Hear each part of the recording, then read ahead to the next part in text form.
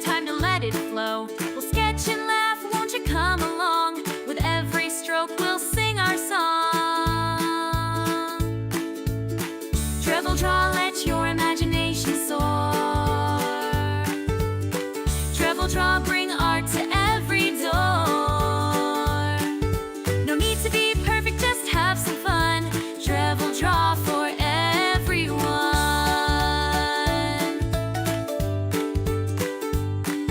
From silly doodles to masterpieces bright, we'll make something special day and night. Colors explode with each new design. In Treble draw, it's always fun.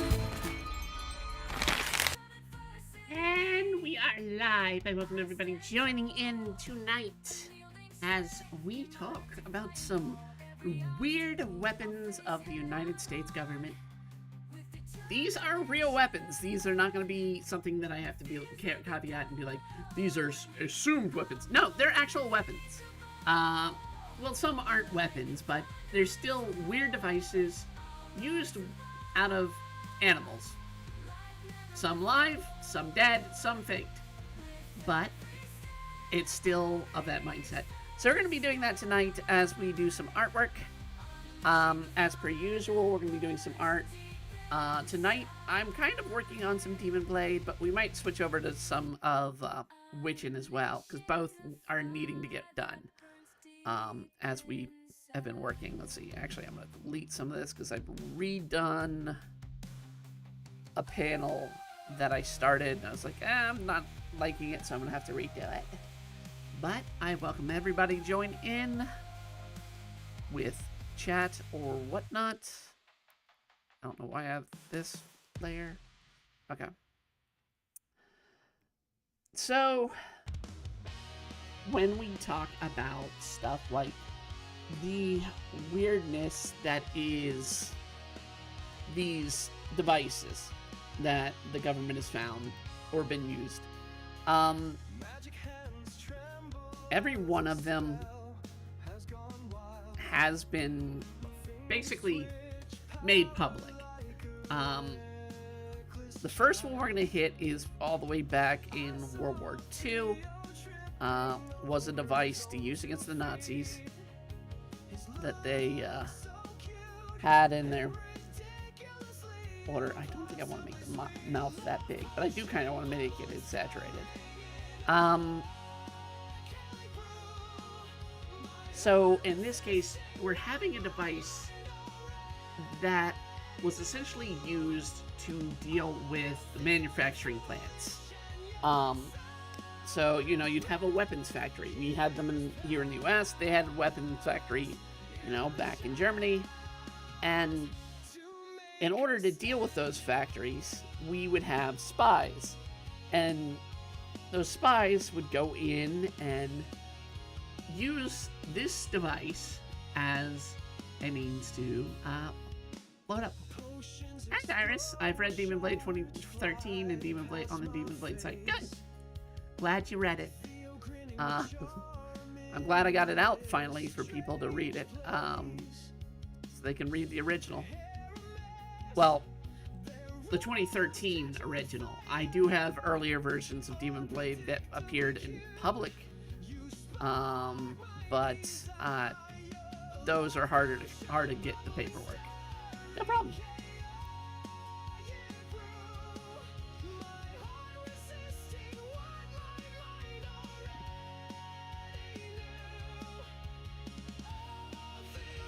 So, getting a little bit of a creepy moment coming out here as we're working.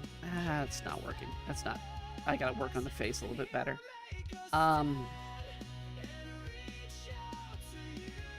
So working on the current version of Demon Blade, and actually, yeah, this whole panel's not working. I'm gonna have to sketch it later. Let's do the panel I redrew.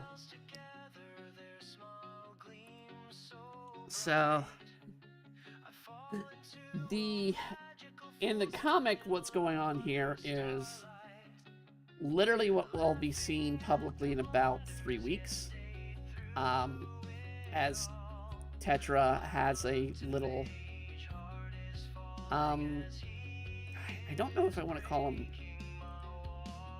mental state, but it is their anxiety very much with what's happened to them in the past. And the one character that vilifies it making an appearance.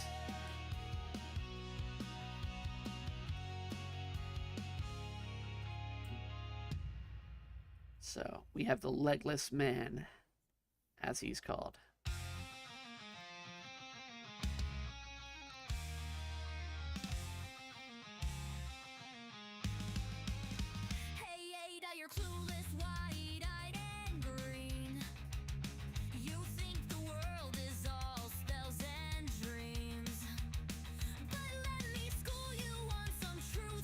Now, as we get into tonight's subject, I mean, it's a good fun. I basically was debating what to talk about tonight. And this one was always sort of in the back burner. But I'm having a little bit of a stressful day. Basically, haven't been employed for, for actual paying gigs for a while, and that was a stress that I have been dealing with since pretty much the beginning of this year, and it's starting to really hurt at this point.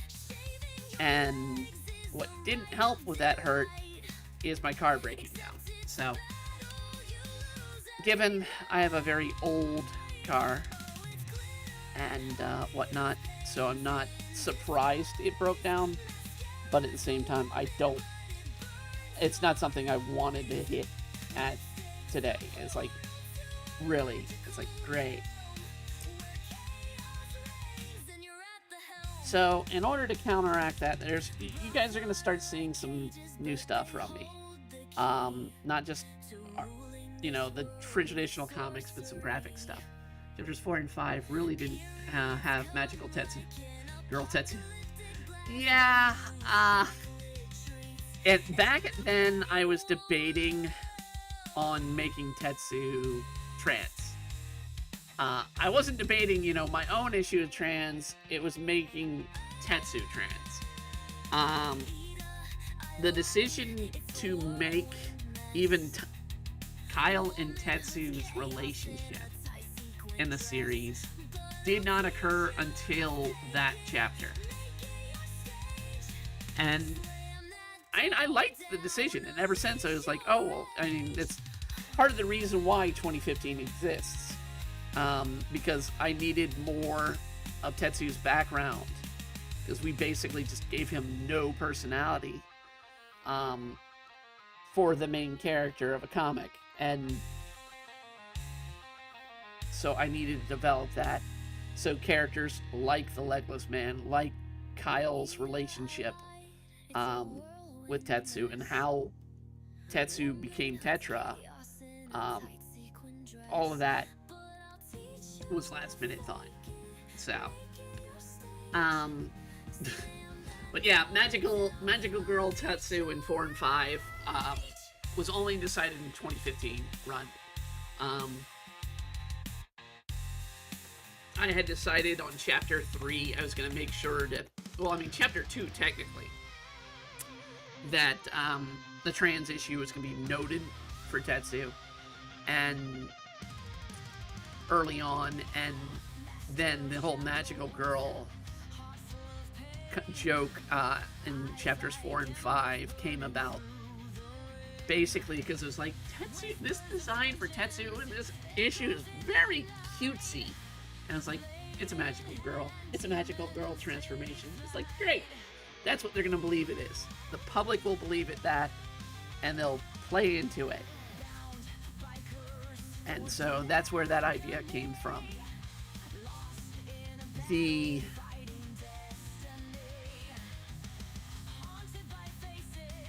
I do that quite often. In fact, I'm doing that right now in Witchin', and I can go to that page because it's a page we've got open. This character right here, this colored character, this one panel I've done, that's the first I've drawn this character and first I thought of this character. So in Witchin' the main character works at a witch-themed restaurant. And I was like, well, what kind of personalities would be in the restaurant? We already have the boss. We already have the head chef. So I wanted a bartender.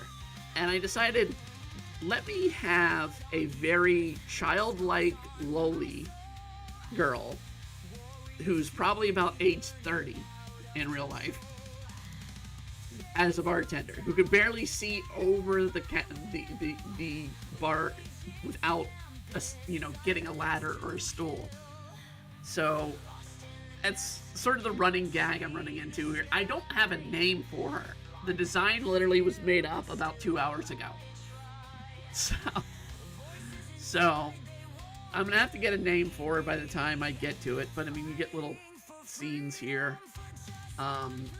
People were complaining this week with the release of Witch, and they were like, the outfit Ida's in is not very cute. I was like, well, yeah, can't do it all the time. Can't make them all winners.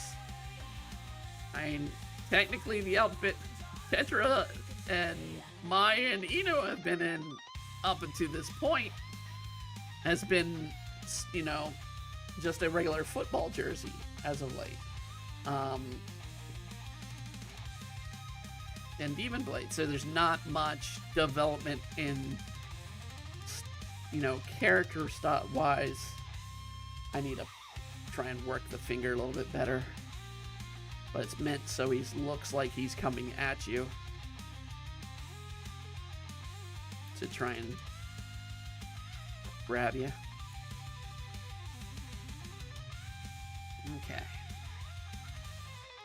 And I gotta do the color of the face and the bandages before I do the hair. I can do the base of the hair, but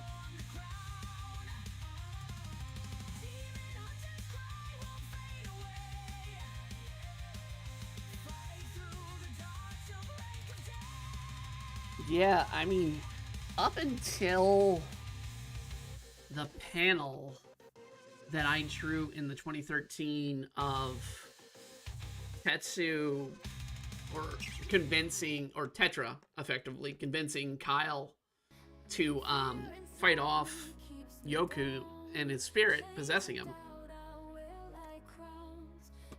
It was originally planned that Kyle would have been, an overwhelming point of Tetsu's failure,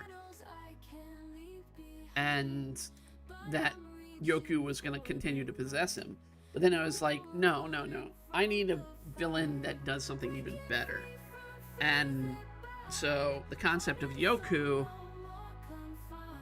basically jumping bodies, which you won't really see in the upcoming fight, because you'll get him not understanding, but later fights with him. Which it did happen in the 2013 with the final chapters, where Yoku just got this one body, which just happened to be a man that was on the run from the police and had, quote, died in the chase.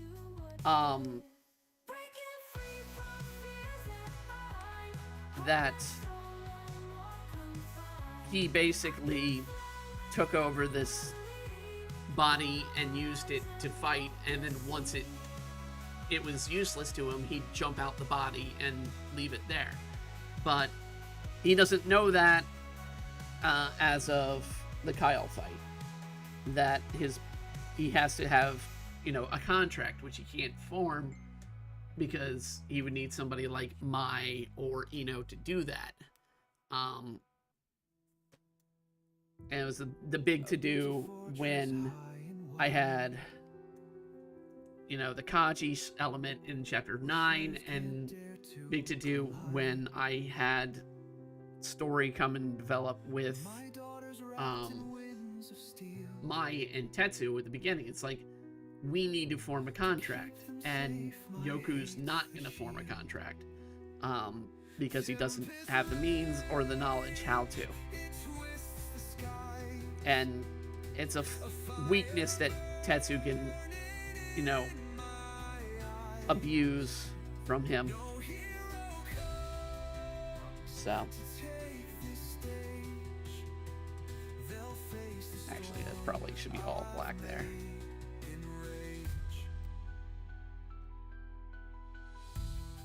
The world's a wound of jagged stone,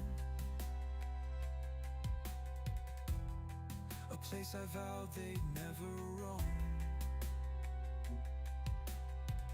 Each crack it calls. And I mean, literally, the Legless Man I came up with at the beginning of writing the 2015 story, back in the beginning of 2014, actually. Because I was like, I need to kind of rewrite the story a little bit. But I was still hesitant. It was like, do I really want to go back? And it wasn't until I had him as a personality fully written out that the answer was yes, I'm going to have to redo it. I'm going to have to tell this dark, twisted, evil son of a, bitch that is him. I'm really trying to hide off, stuff that people don't know, with him. But the danger from him is severe in the series. And it's supposed to play. Kyle's appearance kind of remembers my of Yoku. That it's very interesting. Yeah. I mean, she's able to kind of sense Yoku a little bit at that point, and she will in this current run.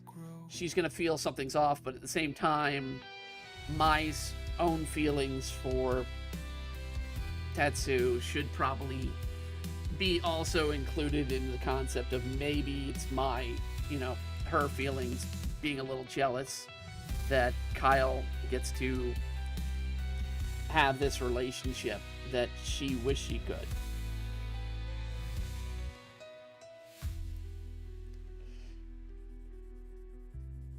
Yet one appears with steadfast will. His hands won't rest, his heart is still.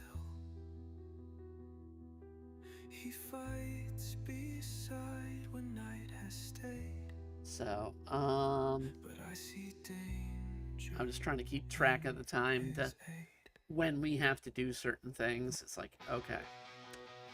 So, going back to the story of the bomb rat, as this is, let's get to the actual evidence.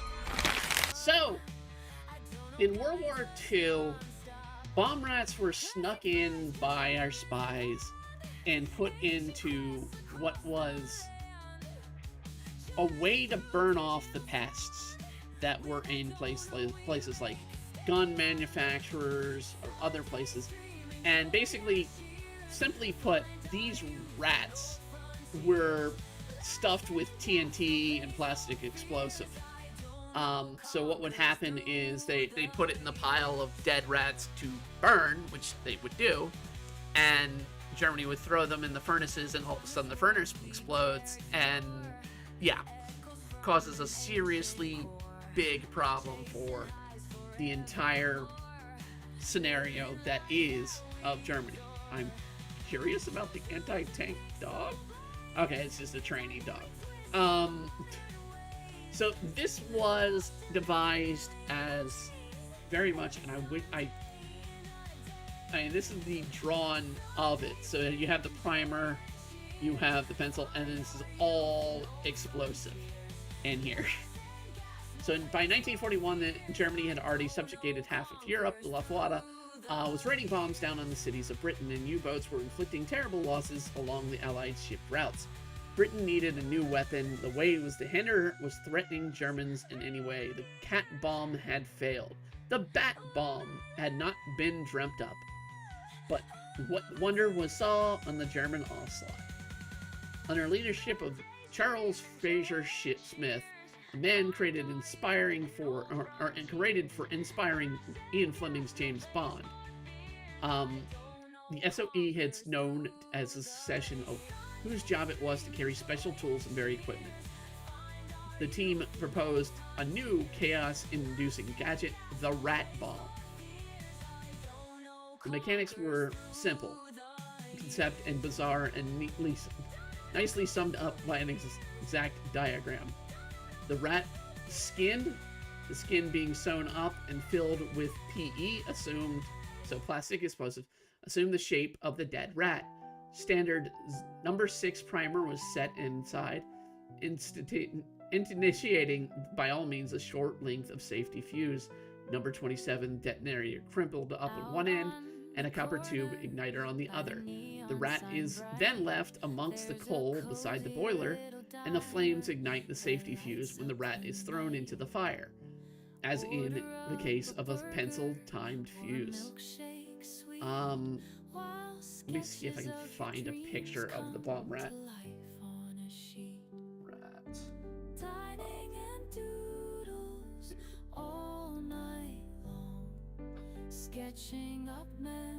Because I know one exists. Here we are. There is your bomb rat. Now, this would have been sewn up closed, so it's not open. But this is what they devised to attack the Germans with. Is literally a bomb inside a rat. That's it. It's dumb, it's stupid, but it was effective. And it apparently was so effective, they got, I think, a couple of the places before the Germans realized what was happening. But yeah, this one is the very first of our list of things. Here's another one. And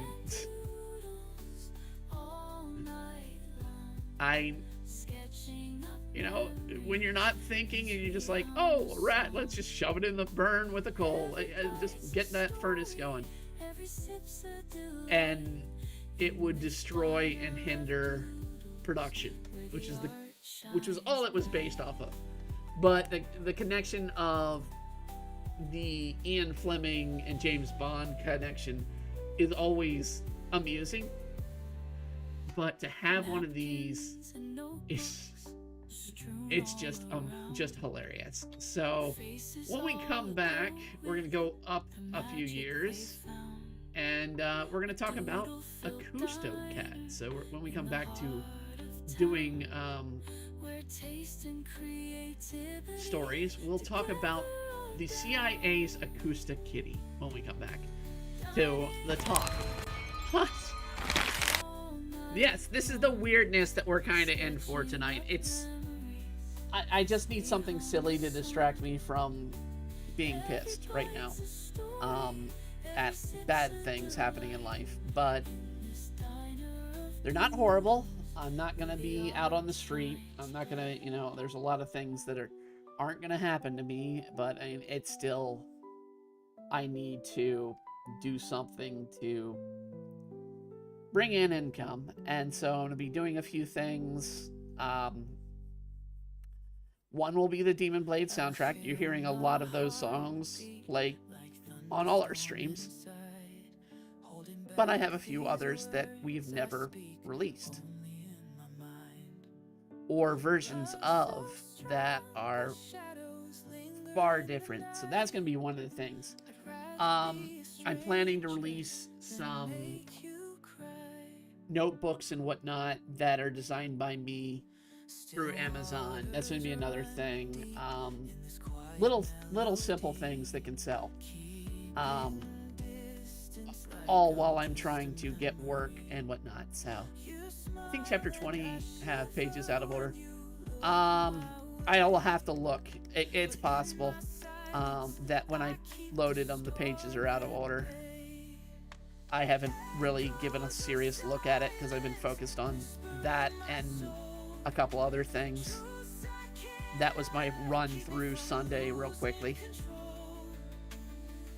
But thank you for letting me know.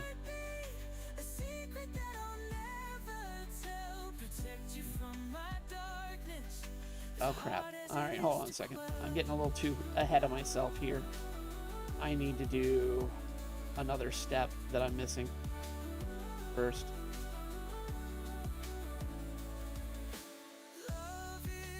Yep. Nope, that's fine.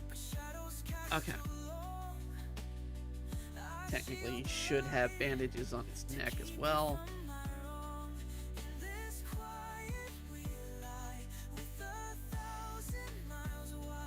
One thing I can say, dude went through a nasty accident. I mean, hell. I mean, he's called Legless Man because his legs have been ripped off.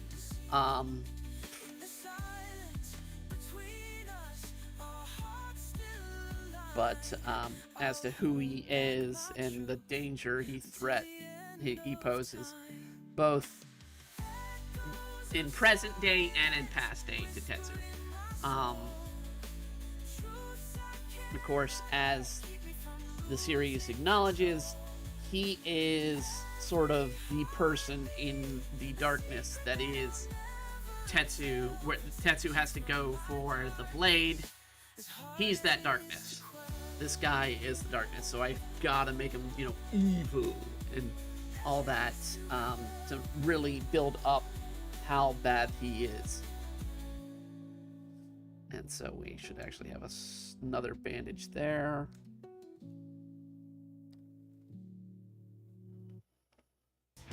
In the poll for the soundtrack cover, I voted for Tetra Art. It ended up in a draw.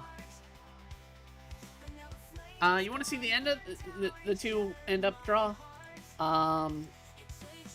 So I've been working on one at this point because my one got overhanded the most votes.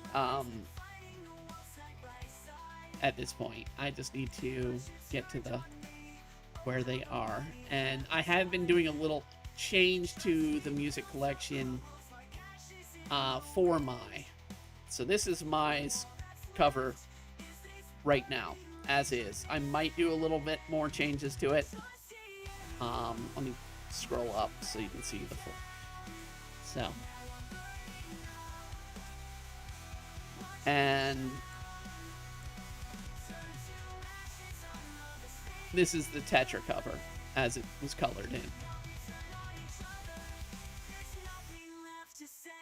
So, the Tetra cover, I kind of get it. People don't really, they feel it's too sad looking. Mine's more happy, got a happy face. A little more playful in this. I've got to do more with the ice to try and fix it. As well as the spell she's kind of got casting at the moment. But there's very little left I have to do on these. Because it's just going to be a matter of, that's going to be the image on all the video audio as it comes out. And the Patreon sponsors will get the CD collection, or well, not CD collection, but the music collection for free on Patreon. So they'll be able to get that, but yeah, it's a debate on where I want sort of the ice to appear. So I mean, I'm kind of feeling right now I kind of want to have the ice like that, but I still want some coming over a little bit, so I might have to do some things. And at the same time, it's really confusing with ice, but it's meant to mimic the first book's cover and how the books are going to go from the future. So let's see, let me pull up. So we have the ice background filling in on the cover for the book. So I might have to switch the barcode next time I do it, though, a little bit better. I actually have my own copy of the book finally coming. I've never ordered my own copy, and I finally ordered it this past week. And I was like, oh, yeah, here's tonight's drawing. We're going to be drawing for a request. So I need to do the bandaged art, or the bandage sketch work, or not sketch work, cross hatching. So that's what I need to do on him.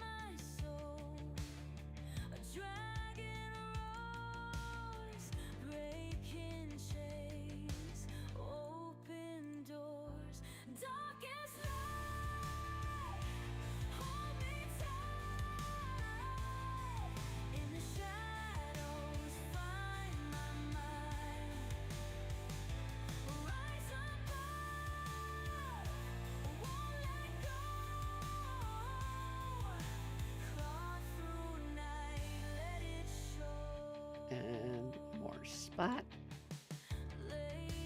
So I'm gonna do this on another layer because I don't want because it's gonna go dark real quick when I do this gauze hatching that I do.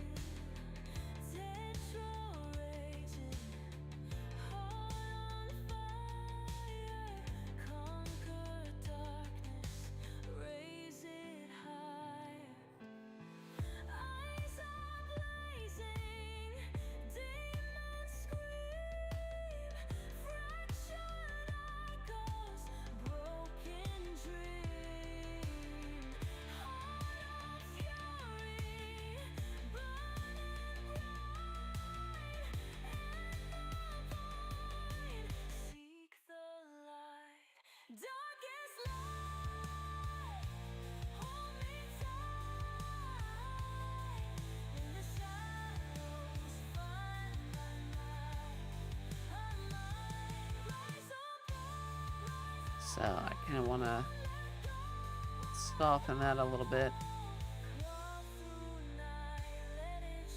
And then since we've got the shadow coming down, and the thing I've been doing differently with the shadow recently has been putting a pattern instead of me hand sketching the shadows. I've been doing a pattern. Well, actually, basic. Where's the basic? And it's gotta be, I think, that one.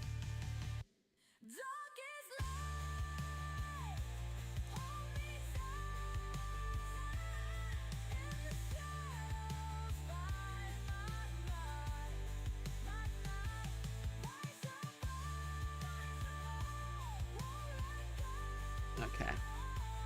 Now we'll do one more layer above and do the sketchiness of the hair. It's supposed to be real unkempt. I'm gonna have to fix the around the thumb.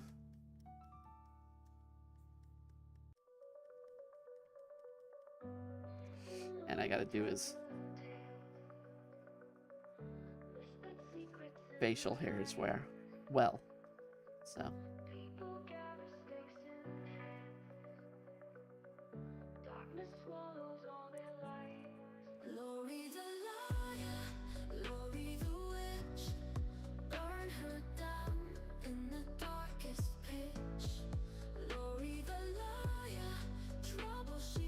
So, I made a decision. This song is not going to make the music collection. I have one Lori song going on it, and it's actually a positive Lori song, and not one of the negative Lori songs. But I really want Lori to finally make her appearance, but that's going to take a while.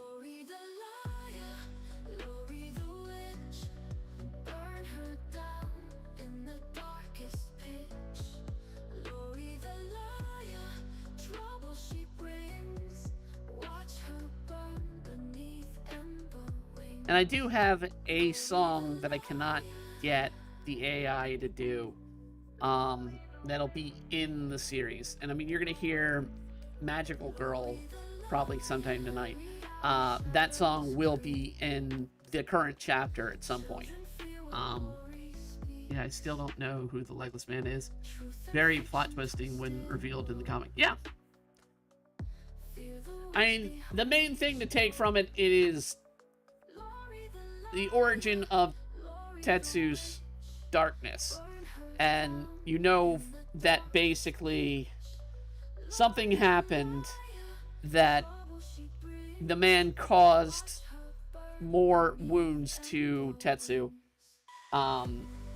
in the hospital. More dramatic wounds, because you get that wonderfully dark scene that almost got me institutionalized when a doctor saw it and said, "What?" That is... Let me see if I can pull up the page.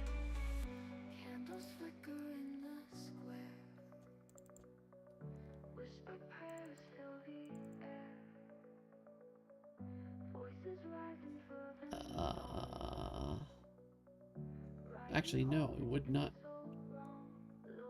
Well, this is the page that almost got me institutionalized, where it was introduced.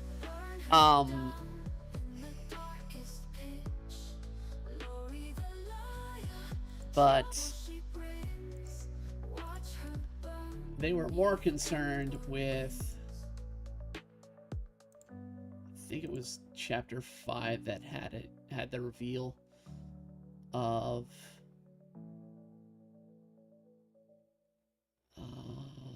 Wake up in the morning, say hey to me. Today's the the day hospital I can eat for moment. free. Cupcakes on my face and confetti in my hair. It's when My Tetsu birthday talks sucks about pajamas, I don't even the hell care. that they've been in, Phone full of messages, people it's saying, far "Hey," worse. but who are we kidding? It's all I about don't me think it's this today. page. No, that's the burning of... That's the reverting to away from it. Let me see if I can find it.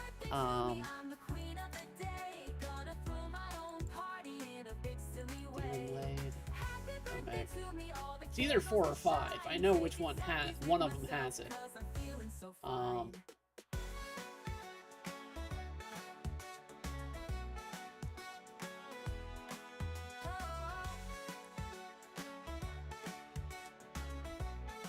And I will say what the blackness is that Tetsu keeps seeing, and is seeing in the current page we're drawing. It's miasma. So, Mai doesn't know it, Ino doesn't know it, but Tetsu can see miasma, which is when basically affects the darkness in people's hearts. So now and then when I show a scene with where they're dealing with, you know, a villain, and all of a sudden that here it is. Yeah, it is in 5. So it's in 5, it's page 25. So let me pull it open.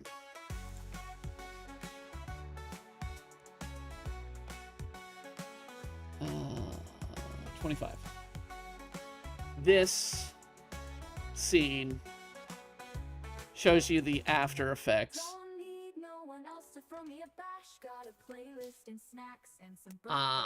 of the legless man.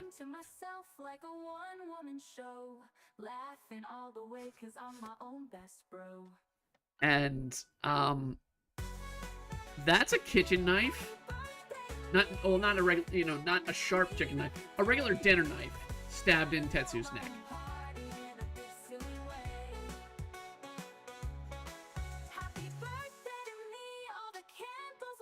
So, dark crap.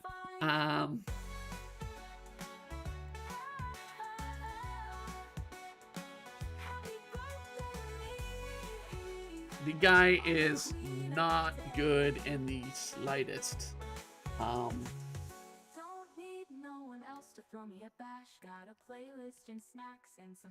But there's more meaning to why he is the darkness within Tetsu.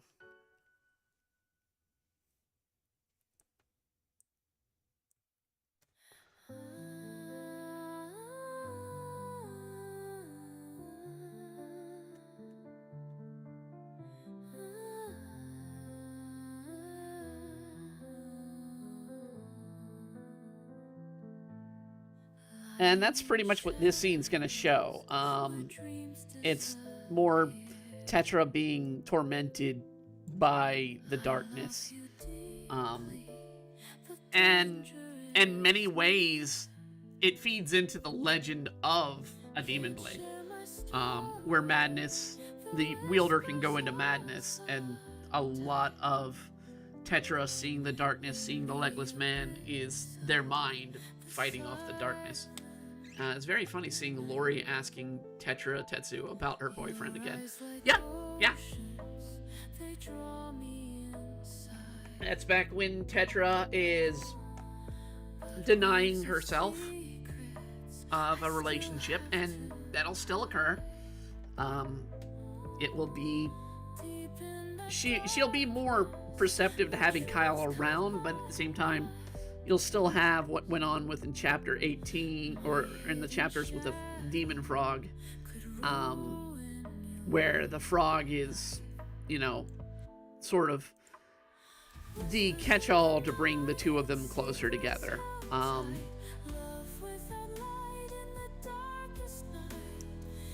But yeah, well, I mean, Lori can sense the inner things and connectivities, and the fact that she understands relationships is the reason why she could understand that, yeah, they're a couple. They don't want to admit it, but they're a couple. Holding you close while I'm breaking apart. All right, let's cover Acoustic. Each kiss a death. All right, Acoustic. This comes from the 80s. Let me move myself over here. This comes from the 1980s, I believe. It was the Cold War. Actually, let's see.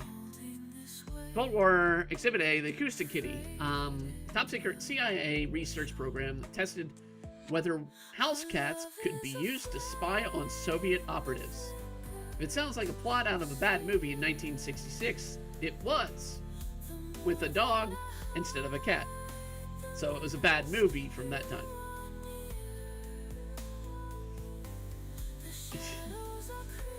But also a real thing that we've heavily redacted the documents to prove it. In the 1970s TV show $6 Million Man, a badly injured test pilot is rebuilt with his mechanical parts and transported into a cyber hero. The CIA had a similar idea back in the 1960s, except they wanted to create a cyborg super spy out of a cat. The CIA Office Technical Research and Office Research and Development spent 5 years and an estimated $20 million on Project Acoustic Kitty. According to Mental Floss, the high price came from the high degree of technology and difficulty. In an era before microchips and digital devices, the CIA had to figure out how to discreetly equip a cat with a microphone, antenna, and transmitter. And a battery, battery at all.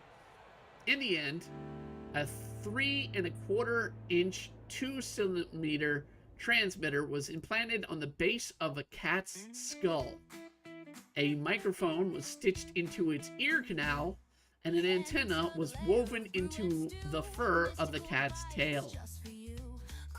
The results weren't pretty, Victor Marciani, the former CIA officer, told the Telegraph in 2001.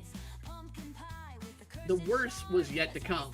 The CIA team, who didn't seem to know much about the feline behavior, spent months trying to train the cat to follow simple instructions. According to Marciani, the cat would wander off when it was hungry, so he tried implanting another wire to override his snacking sense. You can see how this was put together. Miraculously, the training seemed to be working. The CIA was staffed with Acoustic Kitty, was ready for a field test. It was your typical spy movie setup. The CIA pulled up apart in an unmarked van, and they slid open the door to give the feline operative his mission. Slink over to those two guys on the bench and eavesdrop on their conversation. It didn't go as planned. They put him out of the van, and a taxi comes over and runs him over. Marciani said, "There were still sitting in the van with all the dials, and the cat was dead." Ladies and gentlemen, a $20 million waste of money from the 60s.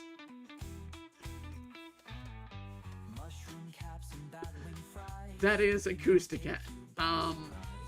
So we've got, of course, the here's the Wikipedia element on it, but essentially it was supposed to spy onto the 2 Soviet spies, and it died before it got to it. So I hate this. I hate that it was such a torment for this cat, because the cat was alive. They did all this surgery, all this training for a live cat, only to let him out and a taxi runs him over.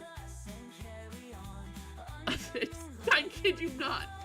It is dumb as hell what we spent money and wasted money on in this government. Next drawing. So, yeah, the next thing we'll be talking about is the Insectahopper, or, yeah, the Insectahopper, which technically Russia made a model of the CIA version that came from the 70s. So we're gonna show the Russian version, just we don't have pictures of the CIA version of it. But man, is it weird. Okay. I kind of still feel I need to work on those panels later. So select, deselect. Let's go to the page before it. So have a sort of sorrowful moment for characters that we built up. As the current story of the football game is coming to an end, they've lost, as I think did the page that come out say they lost? I think yeah, Tetra said they lost. You made a good job in making him look scary. I feel sorry for Necessary and the knife scene. It gets dark. When I write about the Legless Man, it gets dark. I based him on somewhat a real person, but the events that happened to Tetsu never occurred to my knowledge. Boki, hey, how's it going? So the events that occurred to Tetsu, I don't know if it ever existed. How's everyone? Good. I do want to give a shout out to 2 new followers, Ben Again Me and Iris versus well, Iris, you're following me again? What the hell? I guess it wasn't read, or you followed me on Twitch. Okay. That's what it was. Of course, those of you who did not catch our Friday stream of Hogwarts Legacy, there's no way to bring it out. So, how's everyone? It's not been a good day. It's not been a good day. Literally having to look at new cars with money I really don't have to spend. So, and it's new to me cars, it's used cars, so I'm trying not to get a lemon. But, yeah, my car has been a problem for months and years at this point. And we're pretty much at the end of the rope with the car.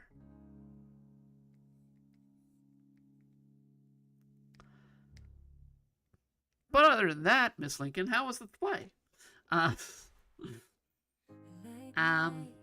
Yeah.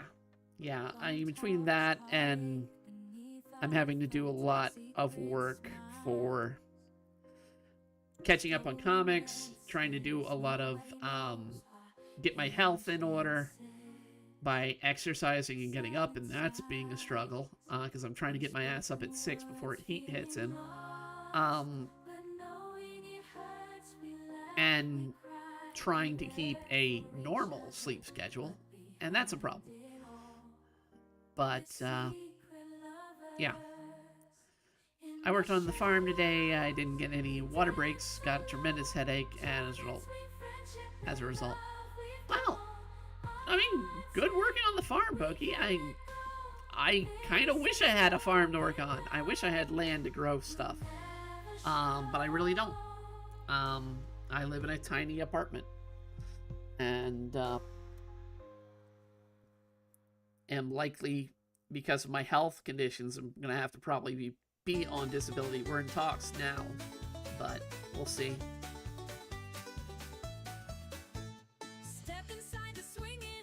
The thing that always makes it difficult for the disability is I'm technically self-employed, but not bringing in money. So they're like, well, you're employed, but we need to see taxes. Well, I'm not making any money. Well, you need to pay taxes. Like, for what? I ran a loss last year.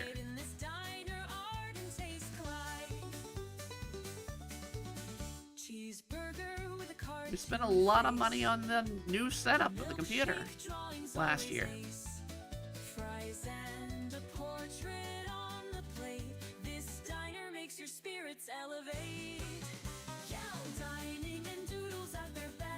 So, we'll see. And they literally tried to call me yesterday, and I was not awake at the time. And so did not get their call, and I called them back this morning, and they never called me back. So it's like, In the corner near the fries, an artist plays with bright supplies. There are other ways to make money. There are. I would prefer to have a job, but unfortunately, due to my health, that's becoming difficult. Because a lot of jobs won't hire me if I put disability on. But I have to put disability on because of my health. Yeah, I mean, I'm all for working. I want to work. I had a job up until February, and I've got job prospects out for a regular job, but no one's hiring me because more than likely my disability or the fact that I'm trans. It sucks. It really does. Or they're just not hiring me in general because they're just not hiring.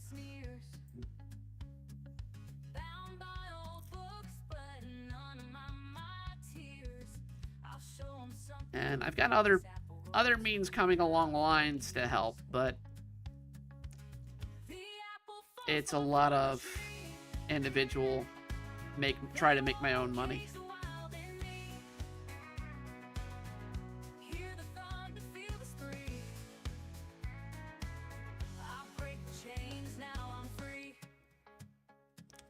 But again, since I have asthma, depression, anxiety, and I don't like using depression and anxiety as disability claim, but I technically have those, so they're counted as disability.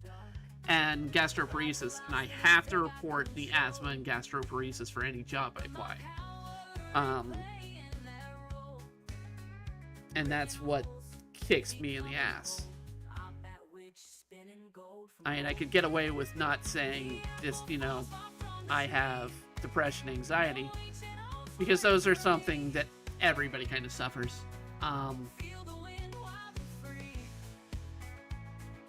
But the asthma prevents me from getting work from other places, and the gastro makes it that I'm having to be on pain pills all the time, which makes me ineligible for a lot of driving positions and stuff like that I used to do. Oh, sorry to hear that. It sucks. I mean, thank you. I mean, I have a work ethics. I mean, even though I'm unemployed, I work all the time on artwork, on stuff like that to bring in something. I just lowered my commission rate for people. So if people want to commission something, the commission rate is lower now this year. And I mean, part of that is because some things have become less expensive, and the tools I have are, finalized with some things. I think the only tool I really have to keep paying for is internet and the subscription to ClipPaint. But the subscription to ClipPaint can end and not be a problem. It's going to be the internet that's going to be the issue. To work with people.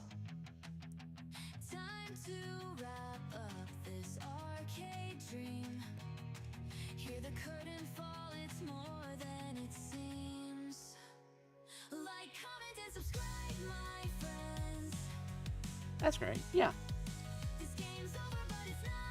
Well, I mean, it helped that I spent $6,000 on a computer setup that included an artist tablet, top of the line, all that stuff. So, I mean, it was spend a lot one year and be prepared for future years. So,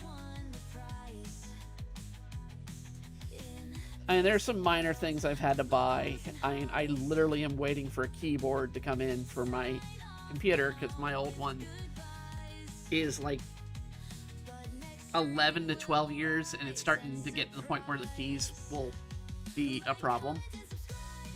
They were a problem on Sunday's stream. I literally had the shift key stuck the entire time. Somebody originally called the psychology of a scam and the mental illness fake. It doesn't mean absolute titles, suggests most excellent points.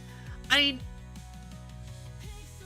there are people, a lot of people I feel, that use mental illness as a means to excuse themselves in a lot of things. I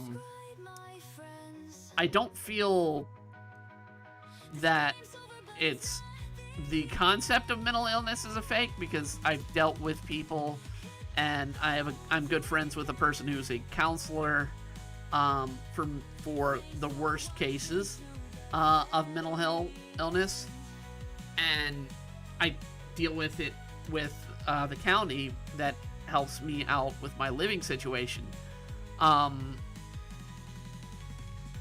So I mean, the depression and anxiety, I do feel gets way overplayed, and I don't think people should use that as a crutch to not work something or do a job.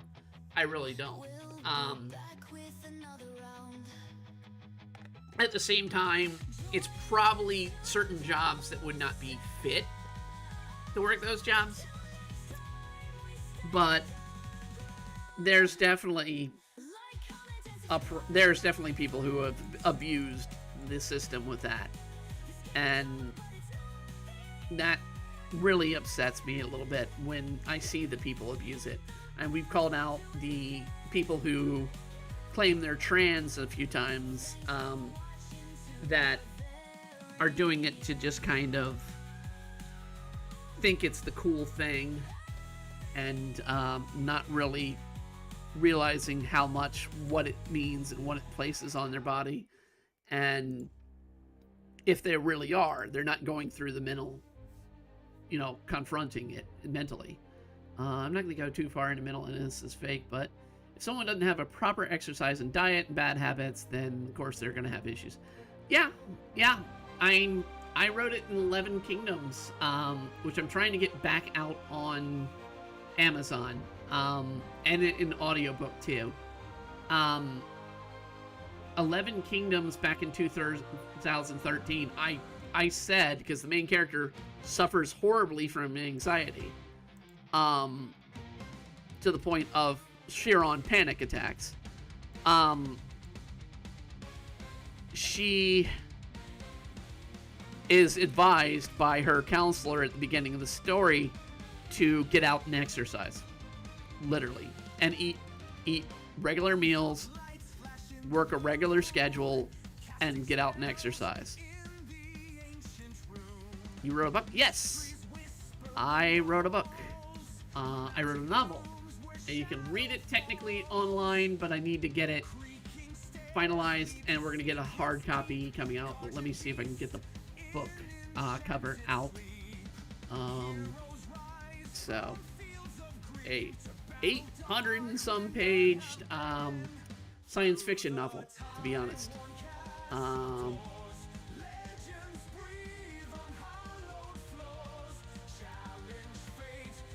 me pull it up.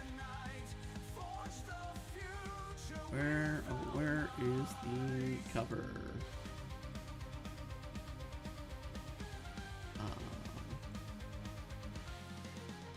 It's not in here. Shoot. This is the old cover that had to be redone.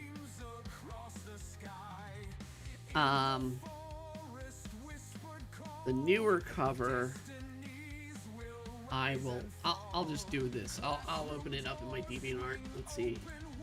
And I'll pull up the page. Nope. Damn it.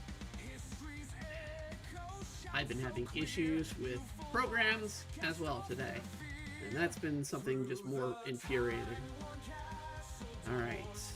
I have Monster X May Girl. That's another thing I worked on, but okay.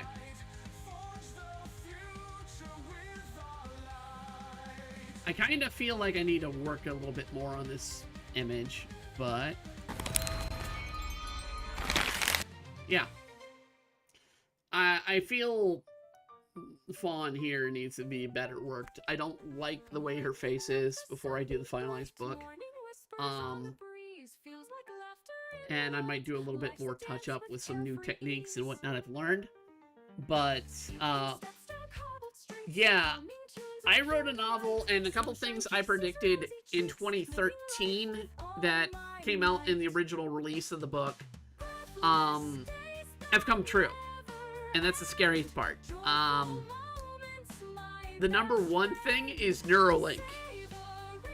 The whole series is based off of a mind, and I'm not the first person to do the concept of hooking your mind up to, computer and all that, but what I did was I called it by name, and explained exactly how it worked. You can offer a session, extend the green barrier at the top.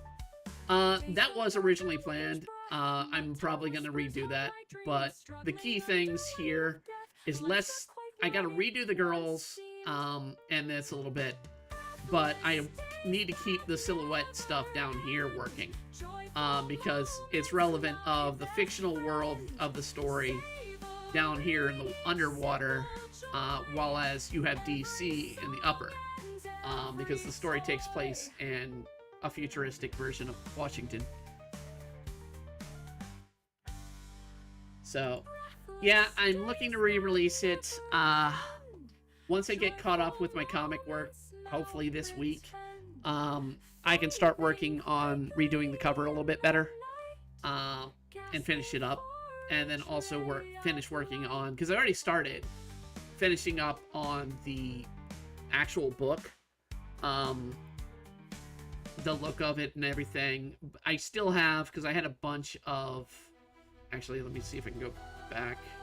I gotta do this, because I do NSW art at times, and even though I don't think I have anything on the front page, I just gotta cover it just in case.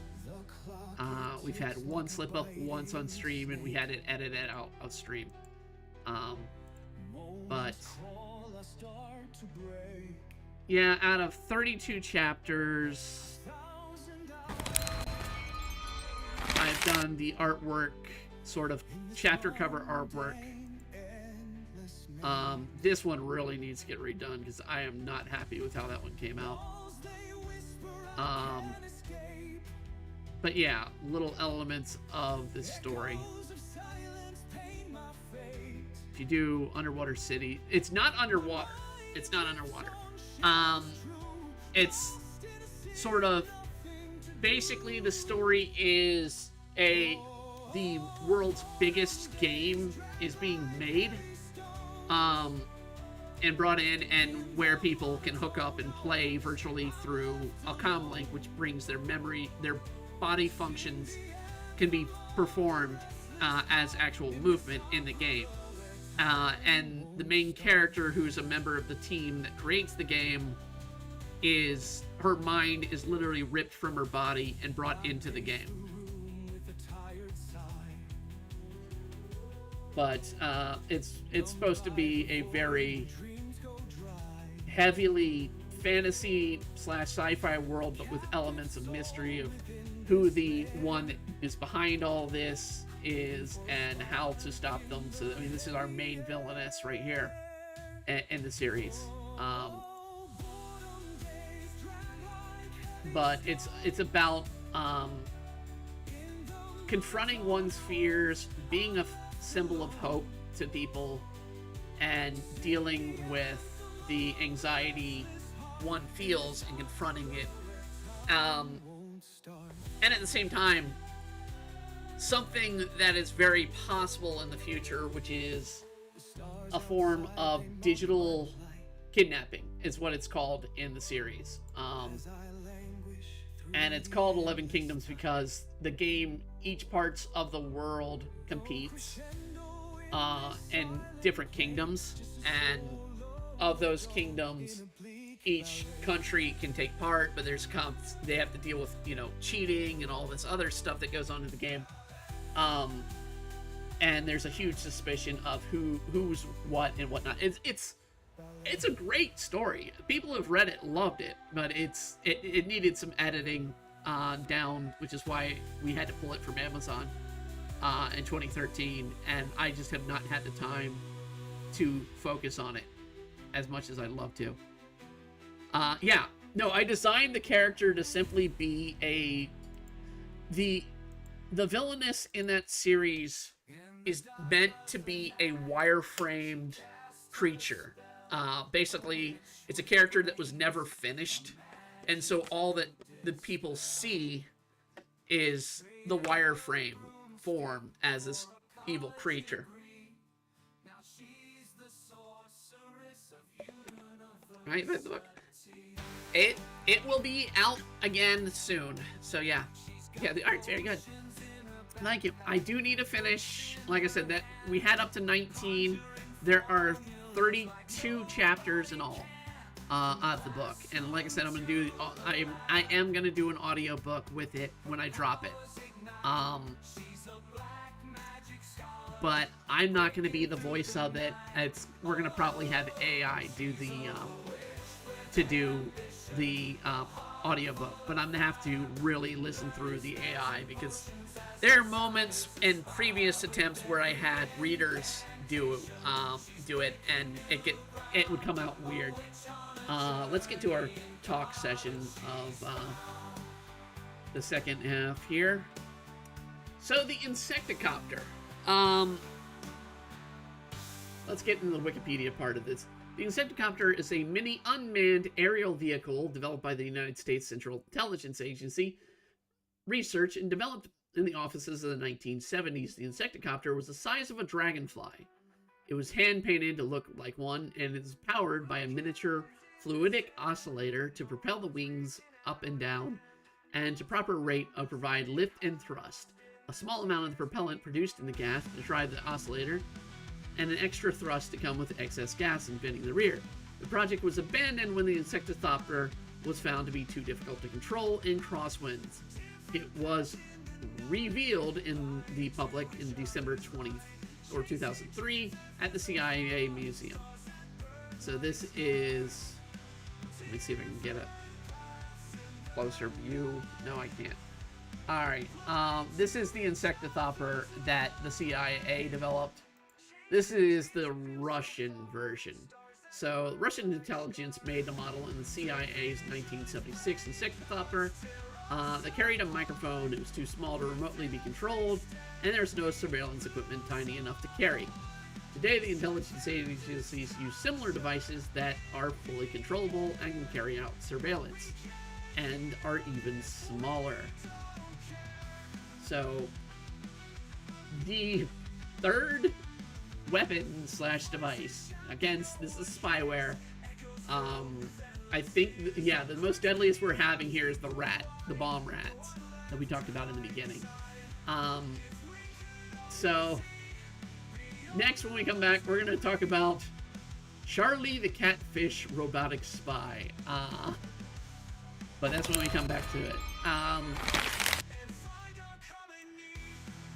Yeah, I mean, 11 Kingdoms, I always want to keep going back to it, because it leaves off to where it can continue as a series.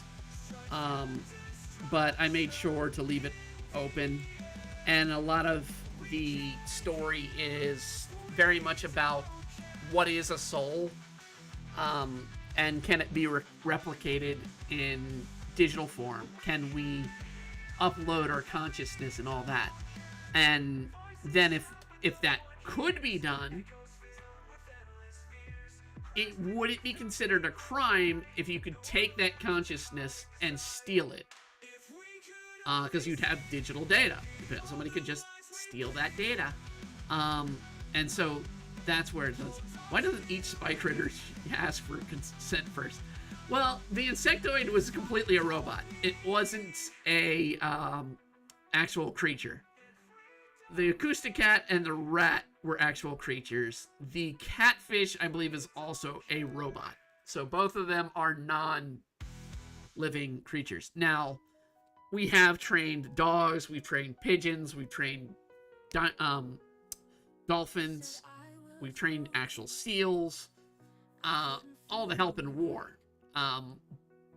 Each has their own unique way. We still, of course, use dogs, and I think we still use dolphins because they're helpful to find landmine or water mines. But yeah, the CIA was a little less humane, I think, at the time of the 60s, the 70s, and World War II. It was more about results and less about humanity. So we were working on Ruth here, dealing with her and the end of her part of the story. Okay, yeah, that's in a different layer.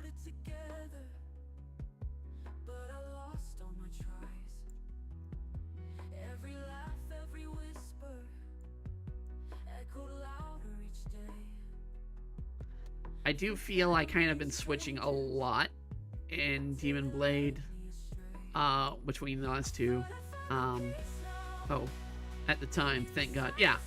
Well, I mean, I can't speak for current CIA because it's CIA, and if I came out and spoke about that stuff, even if I knew about it, I would be probably on a hit list at that point.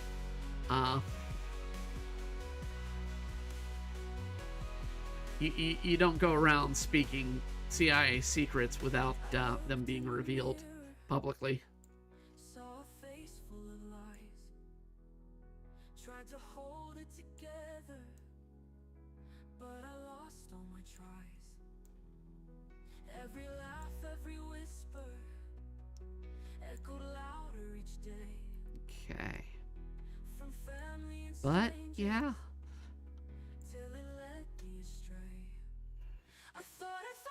I can say if you want to read 11 Kingdoms, it is available on Honeyfeed.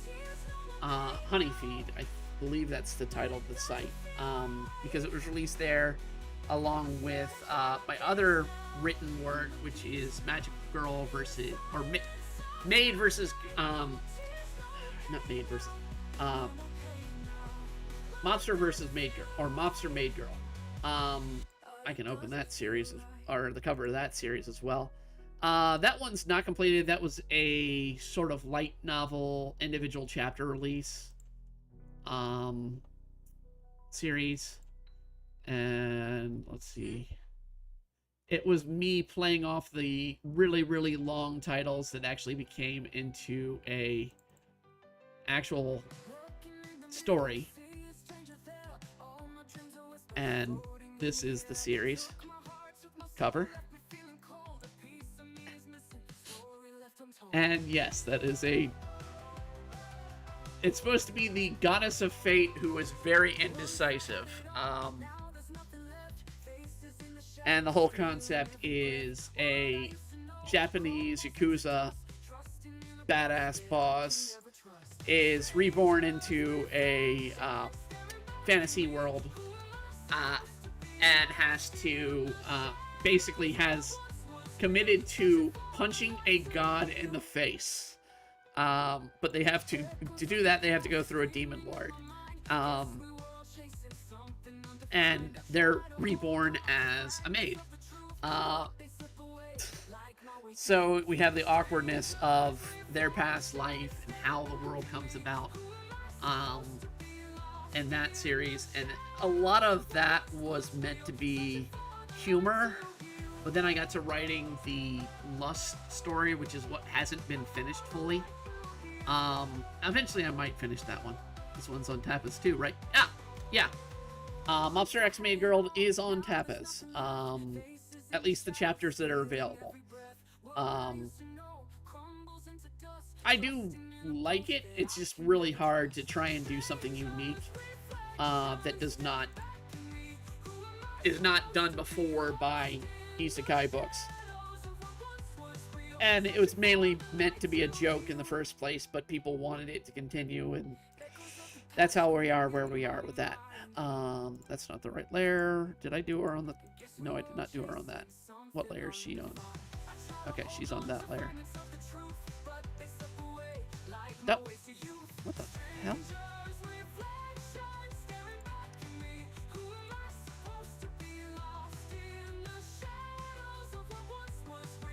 And that's on that layer. Okay.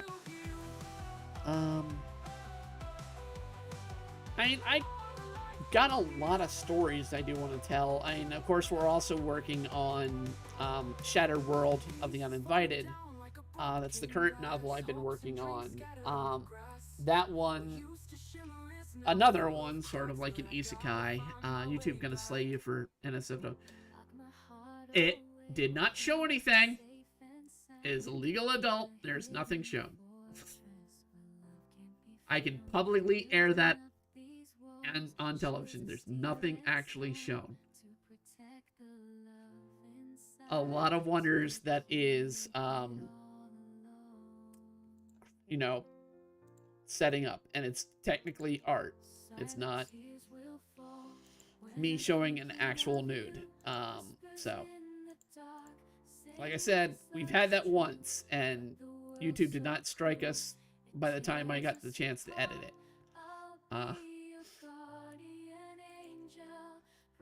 And that was fully unintentional. That was a matter of I pulled the wrong image from trying to pull up an image that had nudity in it. But yes.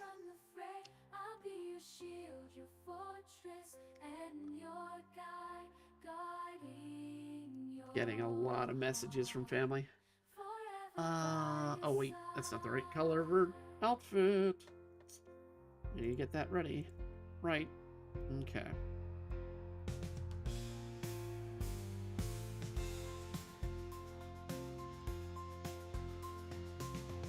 I mean, what takes the most time these days is literally drawing Demon Blade and Witchin. And with Witchin, I have to come up with a story as I go. Demon Blade, as I've said before, I mainly have written, so I know what it is. Good night, Iris. Get some rest.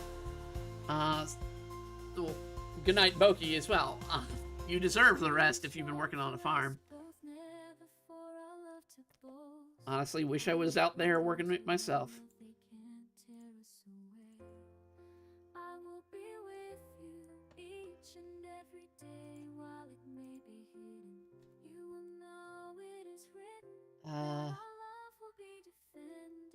But yeah, got a lot of novels that I gotta work on, but I mean, it takes time to write and figure out what the stories are.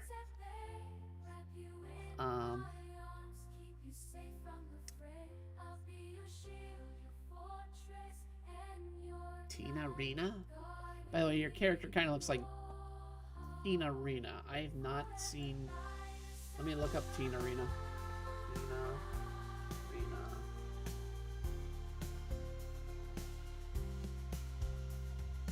While it may be hidden, you will know it is written that our love will be defended till the fairy tale has ended. I have never known Tina Rena. That just shows me how out of it I am on things.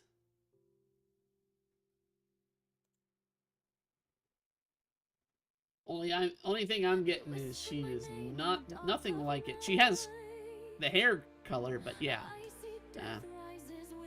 Ruth would not be in the a musical. Goth TV host Tina Arena gained a cult following. Okay. Ruth's story, I mean, her hair is that way because her mother, essentially. It's in honor of the mother she lost. Just like Raw Time. Yeah, I'm seeing Raw Time right now.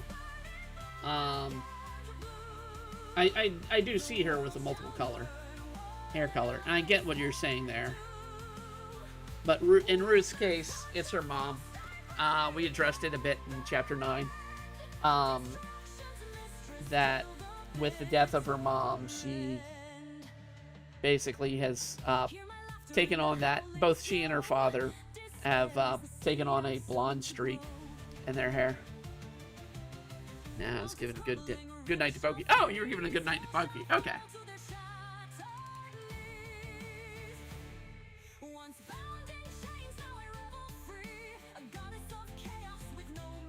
Right.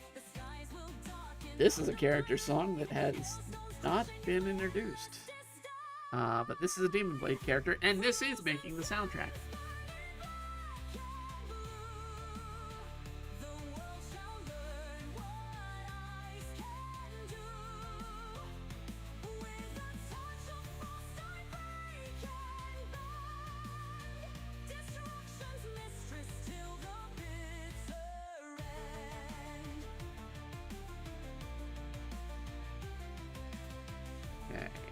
Keeping an eye to make sure we're in time.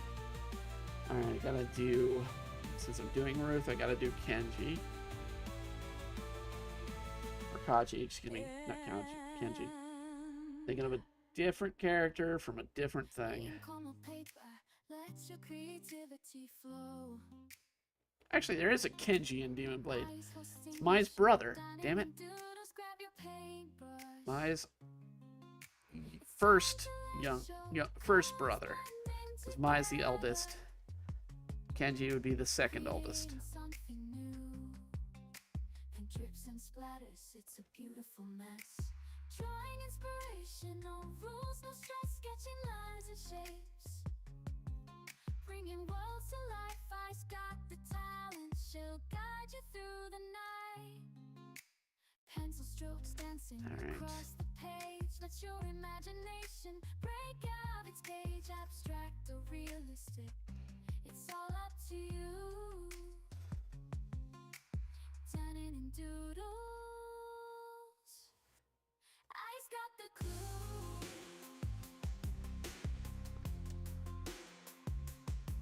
Kinda need to round that a little bit better. That did not go well. Ice maker, this song is just in here for silliness. And that would be nice. Cool drinks in my hand, need some frozen delight. Oh, ice maker, work through the night. Water flows in and then magic begins. Clear cubes of wonder, let the summer spin. But yeah, I mean, 11 Kingdoms coming out is definite. I'm gonna try and get it out by October. Ice, baby, make the heat go away. That's gonna be more of a challenge. I've got to do some more artwork for it, and I gotta update the cover a bit, clean it up a bit there, and go through the final edits that have to be done on all of them. They're all technically done final edits, but I haven't made them into a physical book yet.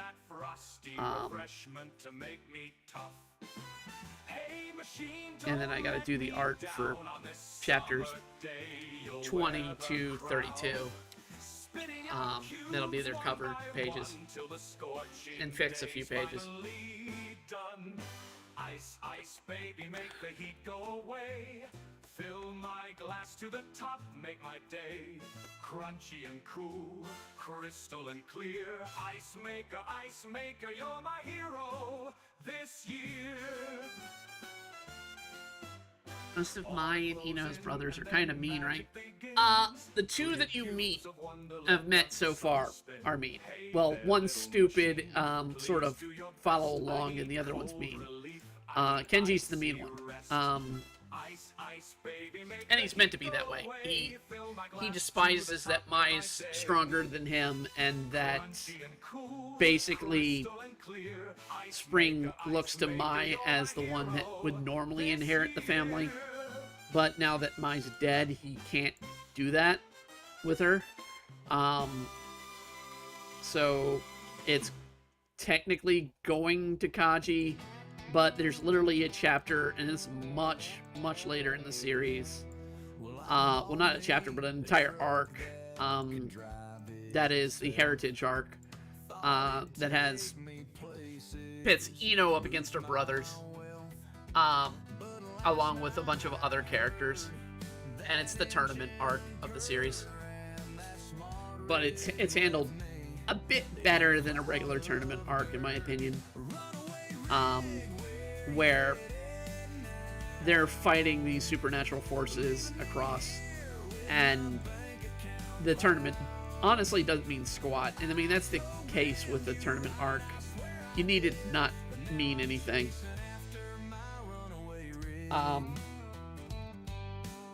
It can invest in things. I mean, you could do, the Dark Tournament concept or the Cell Games concept that occurred in anime and manga, but it's honestly a tournament where Tetra and Mai are not allowed to compete.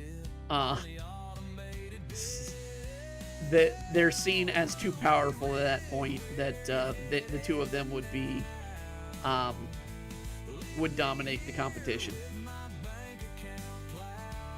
And so they have to have Ino fight with other people they've met over the years, or over the timeline.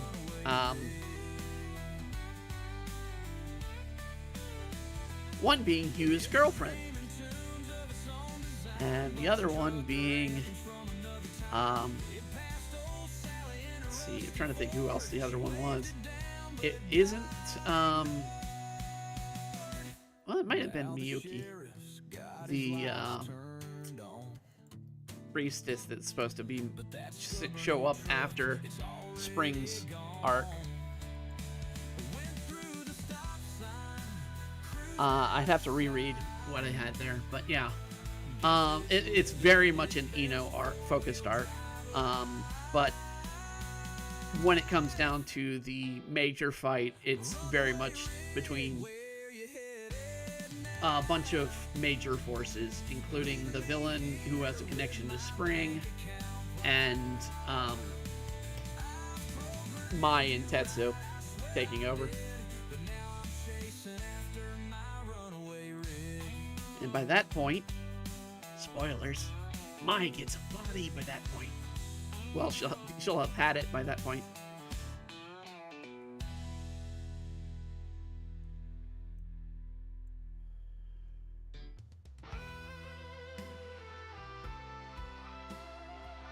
But yeah, they do have two brothers that are, one's kind of aloof, and the other one's nice, but brings their own problems. So Mai's other brothers, I'm gonna literally look up Mai and on their character sheets here, so I can get their names right.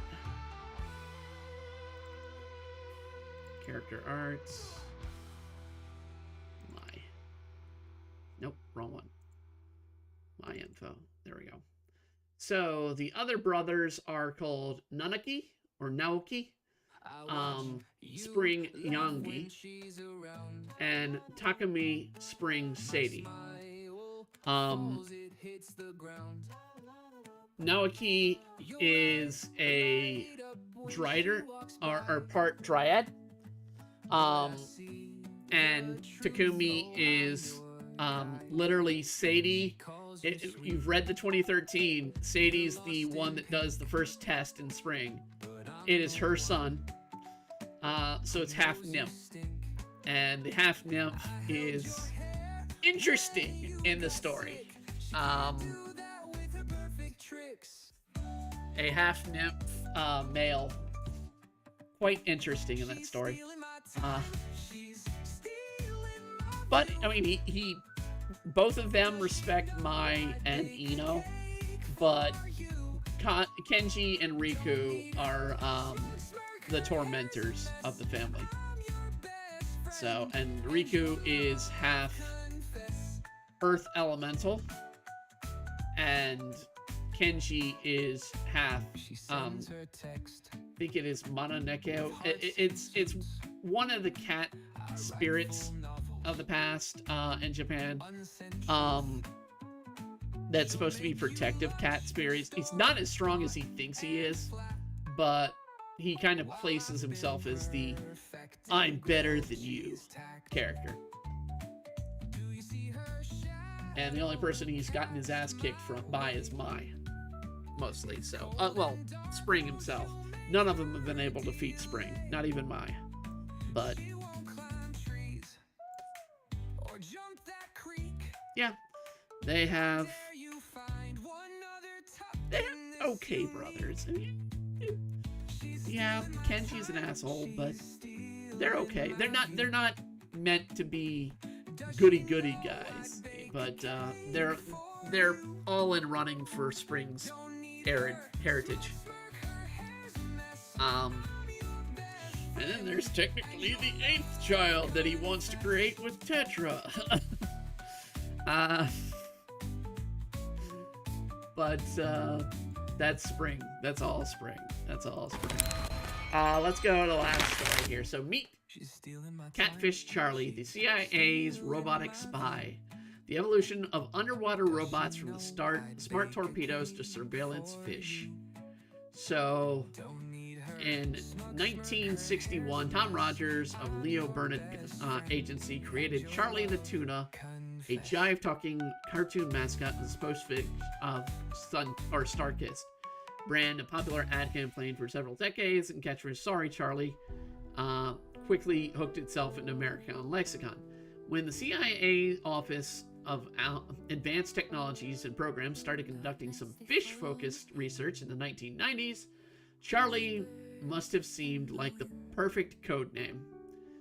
Except the CIA's Charlie was a catfish, and it was a robot. More precisely, Charlie was an unmanned underwater vehicle, a UUV, designed to, basically an underwater drone, scrupulously collect water samples. Its handler controlled the fish in a line of sight with radio things. Not much has been revealed about the fish's construction, except the body contained a pressured hull, a ballast system, and a communication system, while its tail housed propulsion. At 61 centimeters long, Charlie wouldn't set any big fish records. Some species of catfish can grow to about 2 meters, while Charlie is reeled in as useful intel as unknown, and the details of the mission are still classified. Yeah, I'm curious as to what this fish was for. They never really tell its purpose. They're like, oh, it's collecting water samples. It's like, how is that useful to the CIA? Other than maybe you poison the water supply and you want to collect water samples to see how bad it is? I don't know. It's puzzling.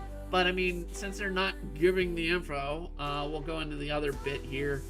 We can see Charlie in action here. I'm gonna mute them on my end, but we just want to see him in action. So where are we going?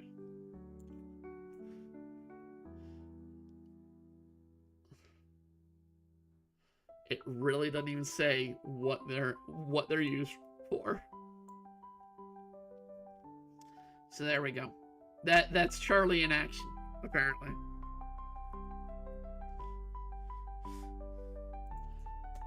What the fish is used for, we don't know. We don't know. You can't tell me it's collecting water samples for the CIA. That's just nonsense. That's a cover story. But yeah, that's literally... I don't need a warning. We don't need to warn anything about this. This is all public information. yeah, 4 cases of weird animal weapons created by the CIA. Um, from the bomb rats to the water collecting catfish. Eh. Um, yeah. I need to finish this. This is the one I mostly need to finish right now out of the pages. While I have, with Demon Blade, we have, this page is not finished. This is technically 2 weeks from now, and this is 3 weeks from now. Because the page is already, this page is already finished. Which will be this weekend's release. I just got to do the word balloons for it. I haven't done that. That's the only thing left. But I kind of want to finish this page at least before I release that as well. I definitely think with Demon Blade, I can't wait to tell some of the stories that I haven't told. But there's some stories that I don't know if I'll get the time in my life to do it, to tell them. And a lot of it's the later stuff. It's literally the case that we just talked about, where it's the heritage combat. Actually, yeah, it's not Mizuki. It is a Kitsune friend that they make. It's not they're not a blade summon, but they're treated as a blade summon. But it involves this first arc in the Japan arc, or in the Japan story, to reveal, and I don't want to reveal much of that arc because it's probably one of my favorite arcs in the entire series. And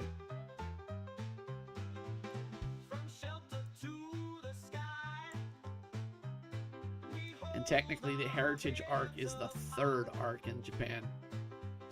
Although I still might have to throw in some of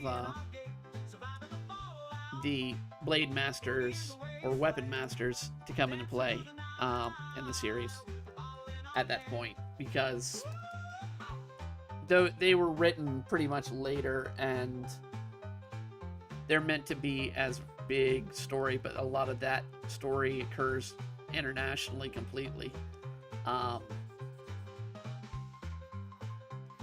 And while they've already appeared by that point, because they're literally set to appear at the end of Spring's arc, where there'd be 2, well, technically 3 members of the organization that's in London that you see at the end of Chapter 4 come into play. Gavin the Ripid Randall is being one of them. But also hints at Mai and Petra's individual masters that will, teach them, sort of protege at that point.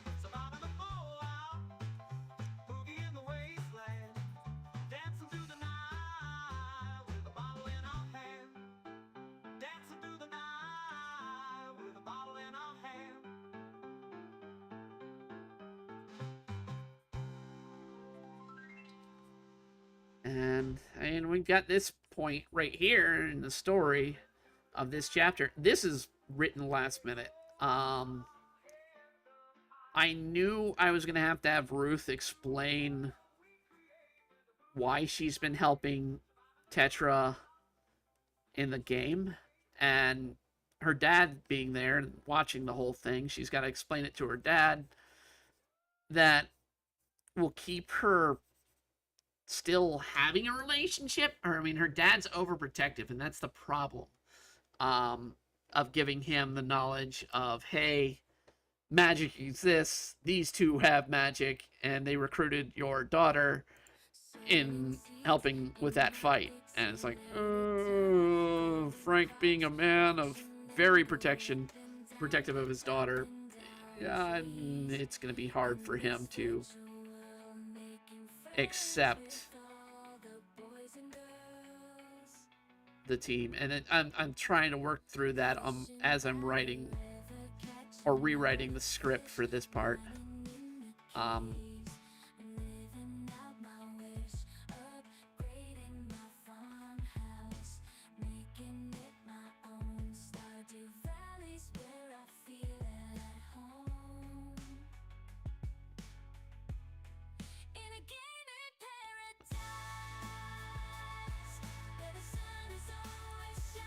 And we'll see.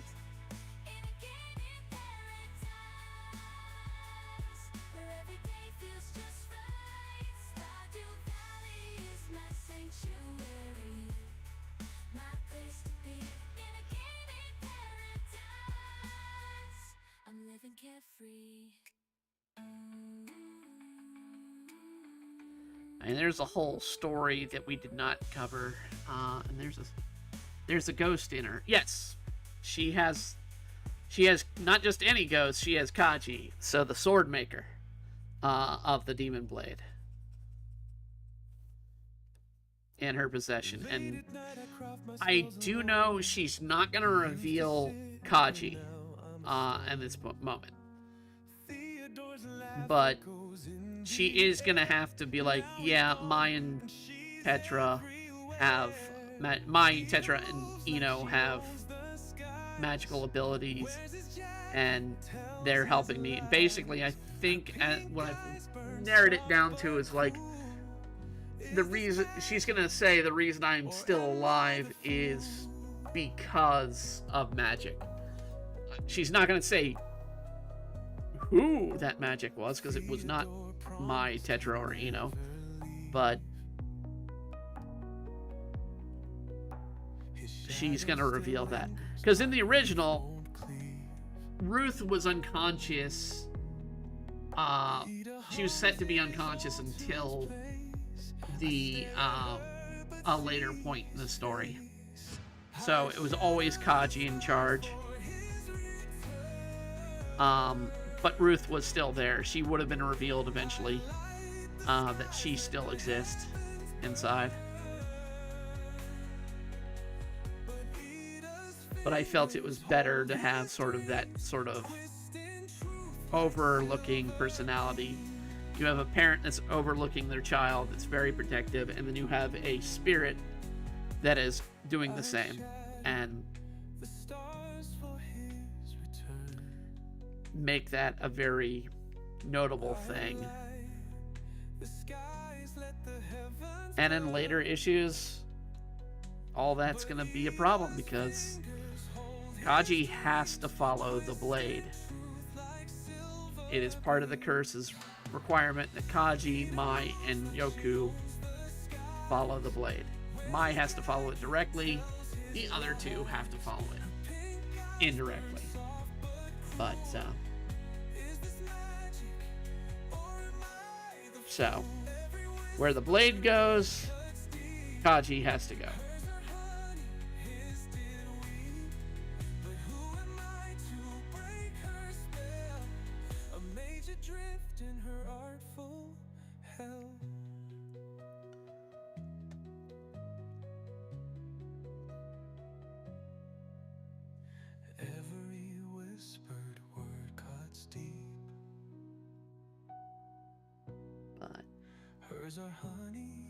And it's the rules of the blade, and I had to write down the rules of how it works and what can and cannot be done with the blade. It can be upgraded. It can be upgraded, and it does get upgraded in the series. In fact, Kaji's the one to upgrade it, but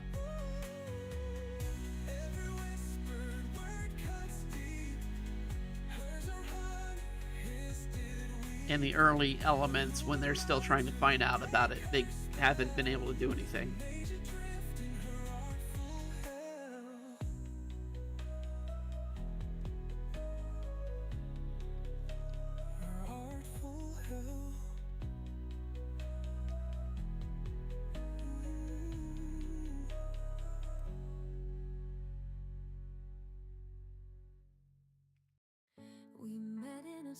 In fact, since I've revealed Mai gets a body, she gets a body after the blade's upgraded. For the first time. You were my summer star in the night sky. Taught me to dream with no reasons why. We carved our names in the old oak tree. And I don't doubt, I mean, as long as I keep doing it, I don't doubt I'll get to that story either. Because that's one of the major plot points I definitely need to get to. It's part of that big arc after the spring story that was in 2013. So Memories dance on the soft summer breeze. Though miles apart are highways of time, but life pulled us apart without reason or rhyme. Childhood ghosts whisper through the trees. Memories dance. this is on the Demon Blade soundtrack. I think. I know I turned down one of these two songs that were done at the same time. I think Childhood Ghosts made it.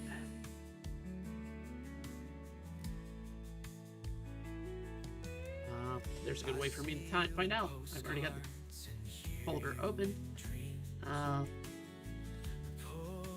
It will be upgraded to be sold more for $5.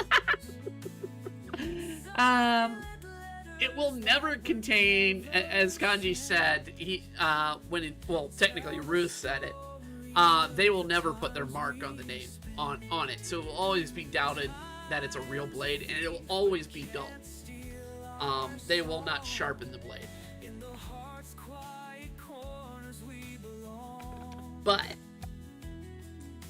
the blade still has a lot of pieces to be put together. And the first one is the handle.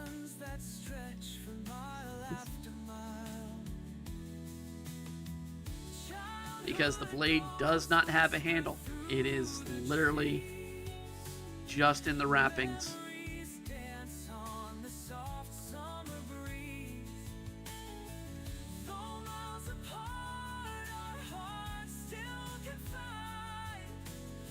And to be honest, I haven't even designed. I mean, the handle's pretty standard design. But the what do they call it? The piece that goes in between the handle and the scabbard, because it will also get a scabbard. But the piece in between there, I forget what it's called, but I know I have it written down. I haven't designed that yet.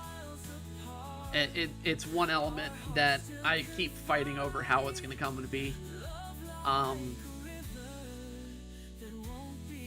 The handle is going to be... It's relying on a couple things. One, it's going to be made out of Ori Halcom. And two, it is going to be wrapped by beast or monster skin. Because essentially each part has to be made by the blade can possess or hold control over. And the only one that's going to be a challenge to do that is Lori, since she's a ghost. There's no physical form to add to her. But Ori Halcom will represent a character that's not introduced yet. I've drawn him and I've promoted him, but I've not introduced him properly, and I'm not going to.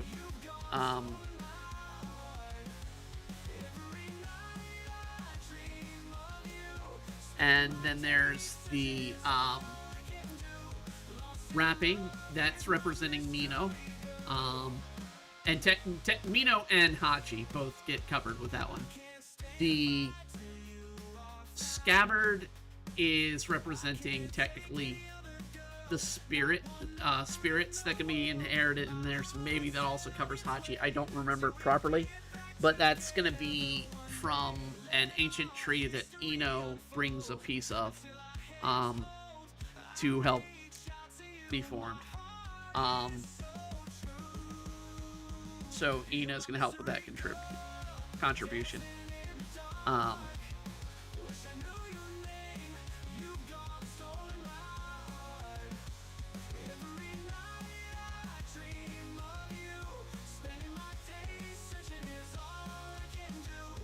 And of course, the heart, the main blade is made out of Mai's heart. So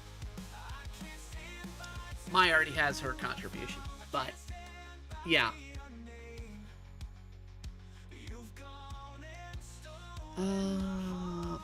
We're about there. So let me save my Demon Blade work. We haven't really done any witching, so I don't think I need to save it, but I'm gonna double check. Nope, I need to save our Bard girl, and I do need to come up with her name soon, because that's 2 weeks away. So I'm gonna have to come up with that name. But we need to do the request. So this week's request, let me pull up their name and everything. Request list. Okay. So this is Hashamisha Kuradai-tan OC, and it's requested by, it looks like, Bradley Gilwa 73 on DeviantArt. I'm gonna zoom in so you guys can see what their original character looks like. So this is a design, means I'm gonna be doing a lot of ruffles in this design. A lot of ruffles. Let's see, we got 1, 2, 3, 4, 5, 6 layers of ruffles. That's a little too much in ruffles, in my opinion, but it's not my character to care. What I did before this, and I did this last week, since before the stream that was supposed to happen, I used an actual ballerina as my pose to get the idea of how she looks in a pose. So the character's meant to be a ballerina. I don't know if it's supposed to be like a magical girl ballerina or just a ballerina. I don't know. But that was the premise of where this character design came from. Or the character pose. So, big old wide eye.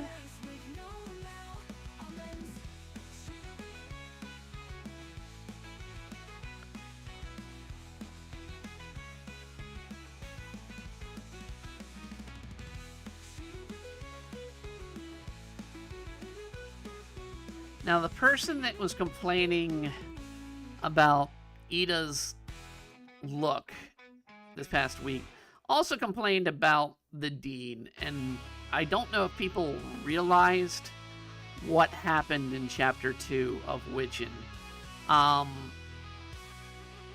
That the Dean's niece, Diane, switched rooms.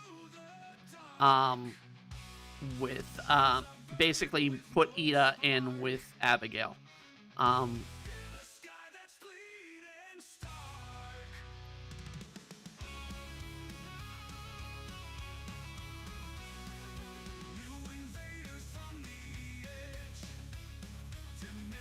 Okay.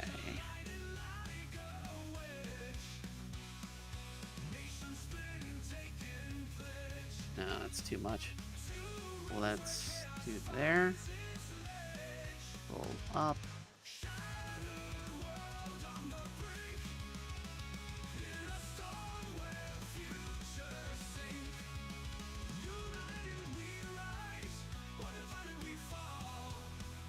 Okay. Give her a nice little smile. I'm gonna give her some lips too.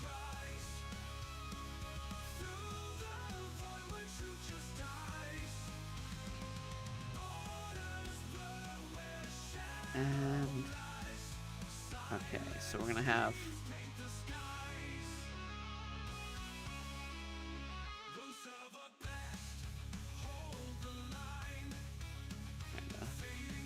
erase that. She, of course, has eyebrows and looks a little thick, but not much.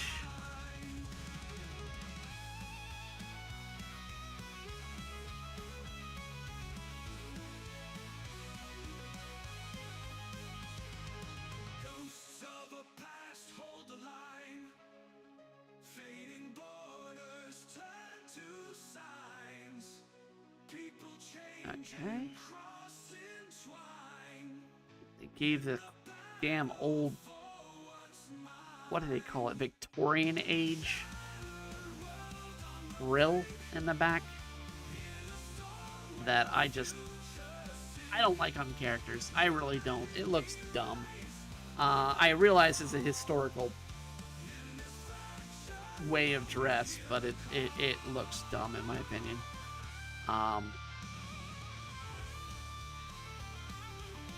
I need to see more of her crown. Okay.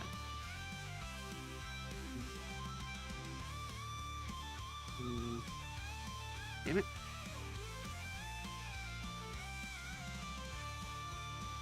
Okay. So it looks like it's 2 hearts on top of each other and 3 splashes away. Alright.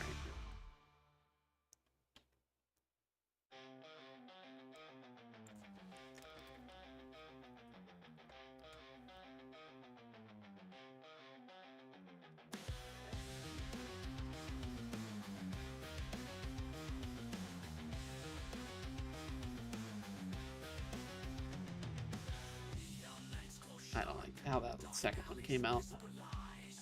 Let's twist it.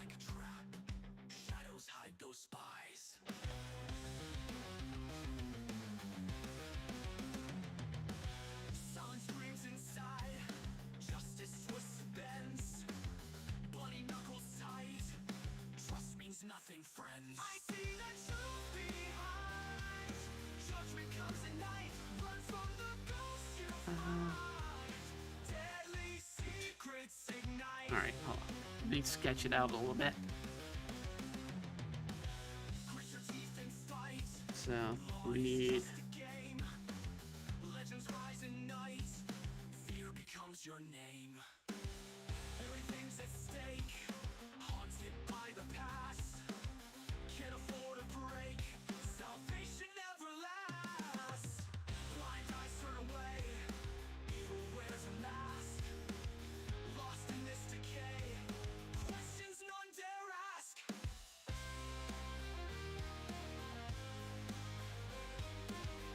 There we go.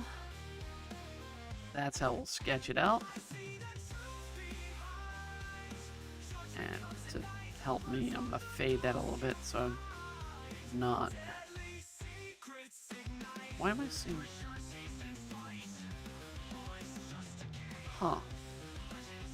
Okay, wrong layer to fade. That's why. There we go. Alright. Yep.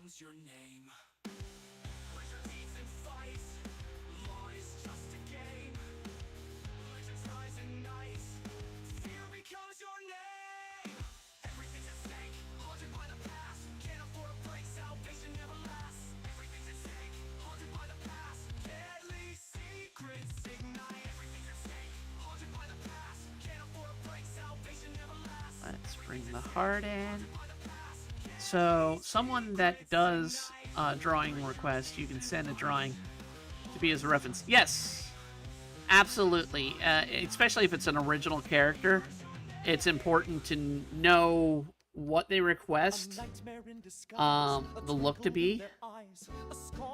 If they've already had it done before, anything to use as a reference helps.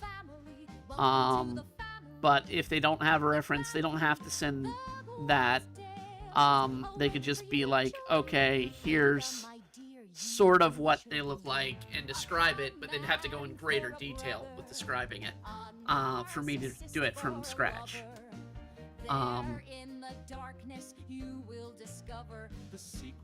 Okay, she's got her hair tied back, so that's one of the key things we need to focus on.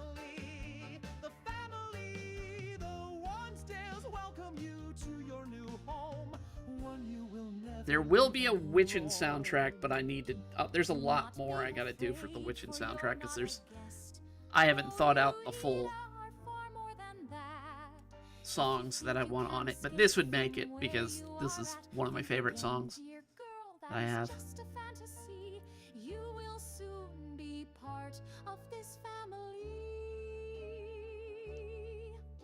A killer with a curse, a seer with a verse, a fortune and a hearse, the darkness will submerge.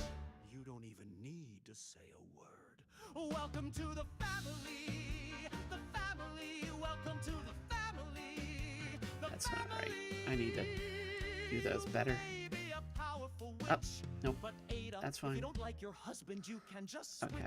That there is Uncle Dale, don't worry, he is out on bail. Watch your back with Auntie Cat, she will stab you at the drop of a hat. Cousin Perth is missing since the bodies have been honored. And let's not forget our greatest grandpa, Gastivario. We should help him, it's time for him to go. Come on. Oh, of course, your future husband, Val, is the master of this grand show. You will join us, no, you can't go. I'm not doing this right again. I think it's time to use a tip to kind of remind me that I know I have. The Wansdales are a family in decline, which is why you will fit in just fine. Welcome to the family, the family, welcome to the family, the family, welcome to the family. No, that's not it. That's not the right one. Welcome to the family, the family. Maybe I need to large it. Okay, we'll do something similar to that. Ryan and Edith songs are pretty cool. I mean, considering there's not been much development with the other characters, other than I do know Abigail's big to do, and I know Bridget's big to do, as they're basically the best friends role for Ida. That she'll deal with the most. But Ryland will also have a couple songs which are good, but a lot of the stuff with the Wansdale has to have songs. And considering, again, I wasn't thinking of some characters, like Armand Wansdale was not thought of when I created the series. I kind of just, when I got to that point in that chapter where I needed to introduce the family, I was like, well, you know, somebody needs to sort of be a liaison between Ida and the family. And it's like, well, that's where Armand comes into play. But Armand's meant to be that uber serious character that doesn't understand he's doing something silly or stupid. Hence the freaking Wansdale magical glasses of disguise that he's been wearing in the recent pages.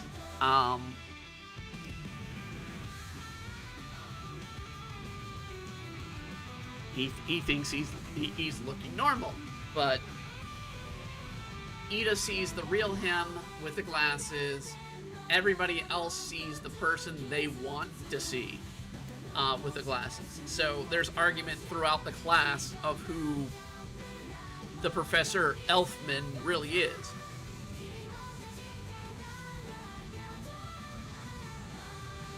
It's why Eduardo, who's the swarthy asshole that's going to be bugging Ida throughout this chapter, and Bridget both saw different characters. Bridget saw a handsome man, and Eduardo saw a beautiful woman. So now, once they become aware, it's going to destroy somewhat their reputation. But I think Bridget still will have a thing for Armand in the story, because I think that's how I want to develop with her. These big puffy sleeves.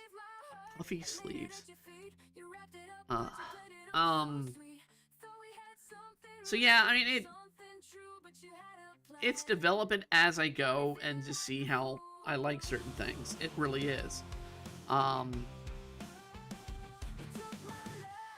With Witchin. But I know where Ida's story is going and what's going to happen with Ida's story. I don't know what guy she ends up with. She is going to end up with a guy, but I don't know if it's going to be Ryland. I'm leaning Ryland, but there's also Val. And Val is a mess.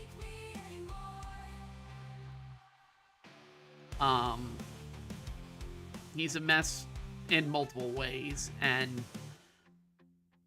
a lot of the people aren't going to see what I know of Val for a while in that series, because Val's an egotistical narcissist that absolutely believes he is better than everything.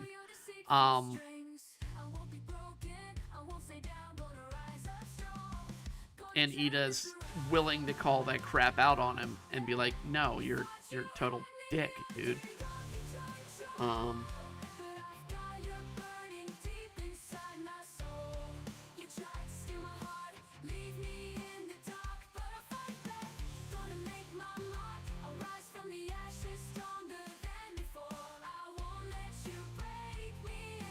I mean, I even know not what spells, but what magic I'm going to give Ida throughout the story at this point.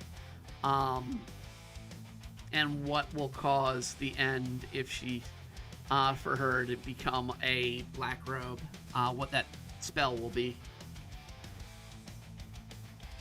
Or magic will be, because it needs to be a magic. It can't just be a spell.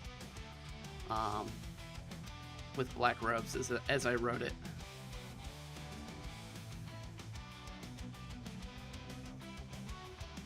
Damn it.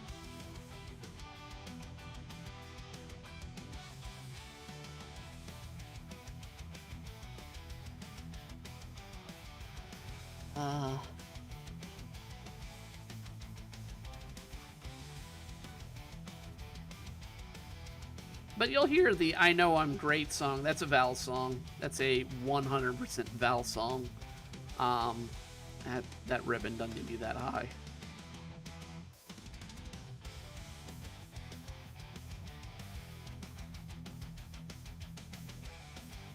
And very much the Welcome to the Family is referring to Val as well in that one.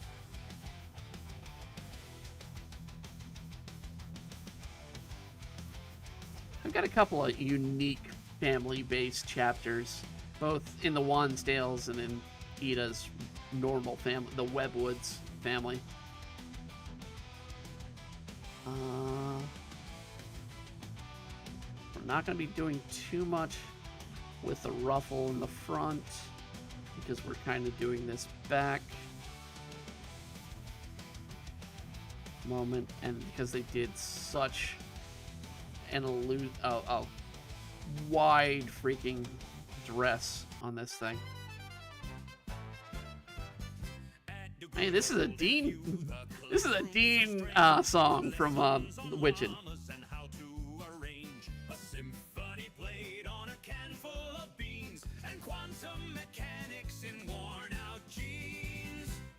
Fight for good old FU, where nonsense and learning collide too true. Raise your pencils, lift your mugs so high, for the land of weird dreams will never say die. Let's see here. Professors in kilts teaching mime on a chair, a class on the history of combing your hair. From algebra scribbled in Morse code dots to deciphering the secrets of ancient tater tots. Fight for good old FU, where Jello molds Good old and Farnsworth theory University. brew. Wave your flags of glitter and glue. We march to the future at good old FU. Oh, each year for the school that teaches it all. From juggling jellyfish to murling a wall. Under the banner bazaar, we'll stay true, creating chaos and brilliance at good old FU. Practical pickle studies, 5 days a week. How to whistle in space without missing a beat. We'll mix tap dancing with astrophysics too. So much to learn at our favorite FU.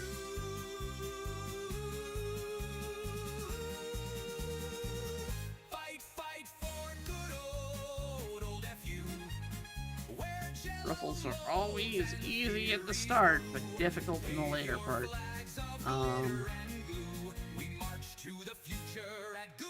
And you can see that the way they drew it is a bit more dramatic. But considering we're gonna do so many layers, I'm not gonna do it as dramatic as they got it.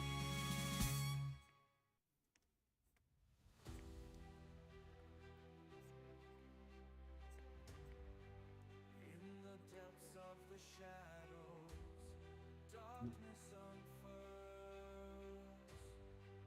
The storm of vengeance, the raging tempest swirls. With hearts unyielding, unbreakable. Oh god, these gotta go all the way through, damn it. Alright, hold on. I might have to do these, I have to redo these. I didn't realize the dress, it went all the way through for the freaking ruffle. Shoot. So now I do need to do more dramatic ruffles.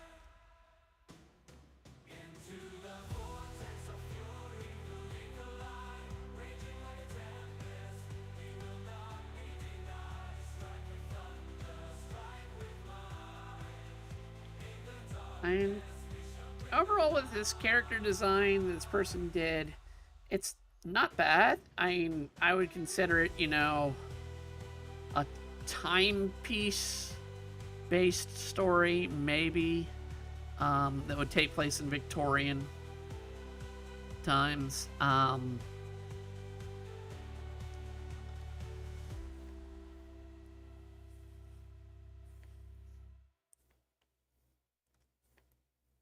They call me And Ida, this is with an Ida Theodore song. used to be Theo. So. My family's gay, swap my jeans for a dress and put on a show. Now the world's got its eyes on a witch who they don't know. Eyes on me, I question who they see. Because while Demon Blade is not about identity, Witchin' is. So. But I left my old life for a plan, yet was what I went looking for right. Who I am is Theo, still within my sight. Theo loved a good tease and always had a grin. Now Ada's the witch that is left pining for who they have been. I traded my life for fame and knowledge to find. Now all I can do is keep running the questions in my mind. Eyes on me, I question who they see. Oh, I'm the girl with the spell in my hand, but I left my old Now, I am going to show one thing they did wrong with drawing. Ruffles. They went full. When they went to the ruffles, they kind of went and carried it all the way fully through. When you draw them, you don't want to complete them. That way you can get it easily painted and colored. But it would be erratic in an actual dress. If you look at it and you have a bunch of ruffles, it's not going to be a complete straight line through. I laugh in the mirror at the girl I became, but Theo still whispers my forgotten family name.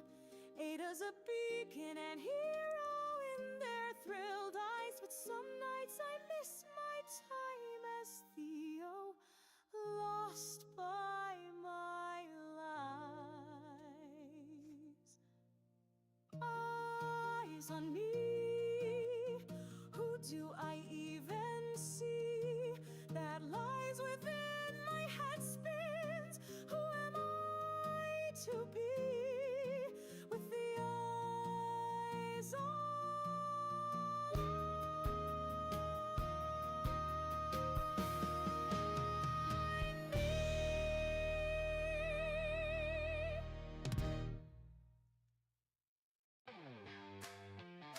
I could have messed up the last few lines.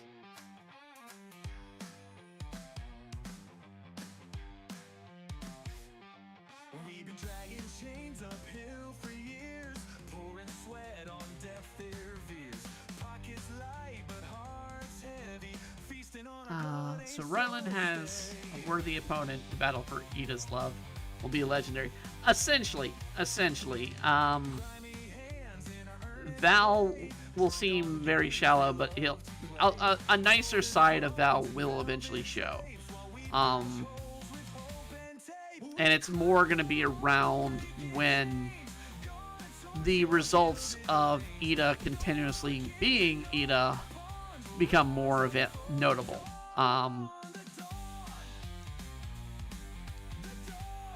So when the inevitable concept of, like that song was saying, her losing her own sort of life that she once lived as Theodore. It's gonna be traumatic because I mean it's about losing one's identity and trying to rediscover oneself. Very much is the story of Witchin.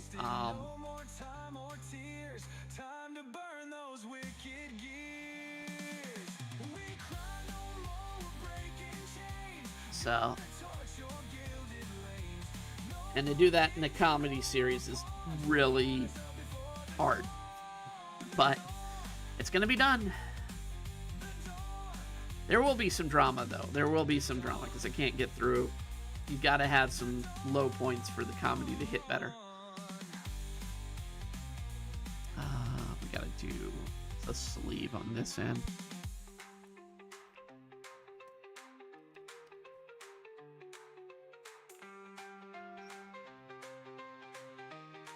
I need to do it. That needs to go deeper.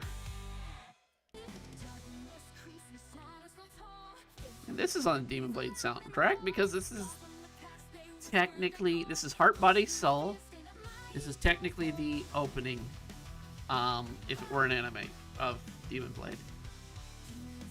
So.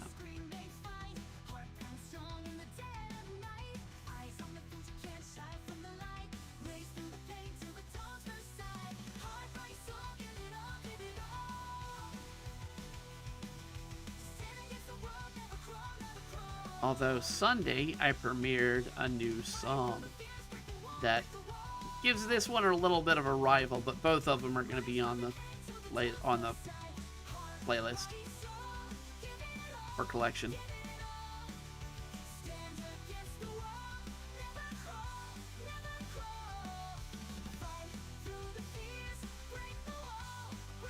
Let's...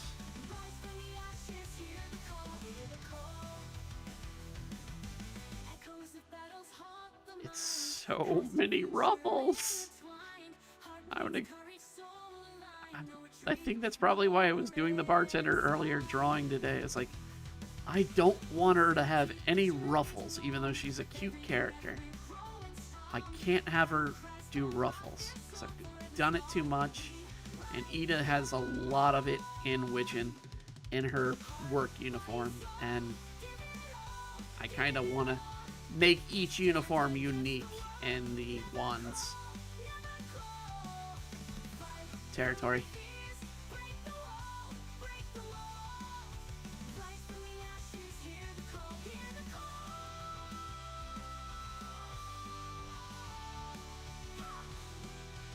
So we got 1, 2, 3, 4. This will be 5, and we need one more after this.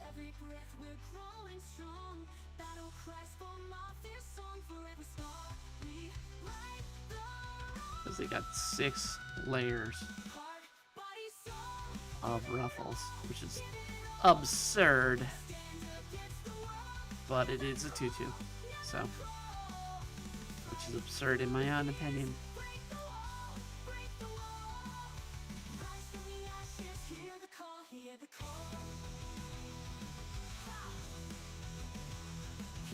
I mean, let's see. What can I say about Ryland and Ida's relationship as far as it being legendary? Sort of fight with them against Val and his feelings. And Ryland's the better mage out of the two of them, but Val's got both fame and cunning on his side.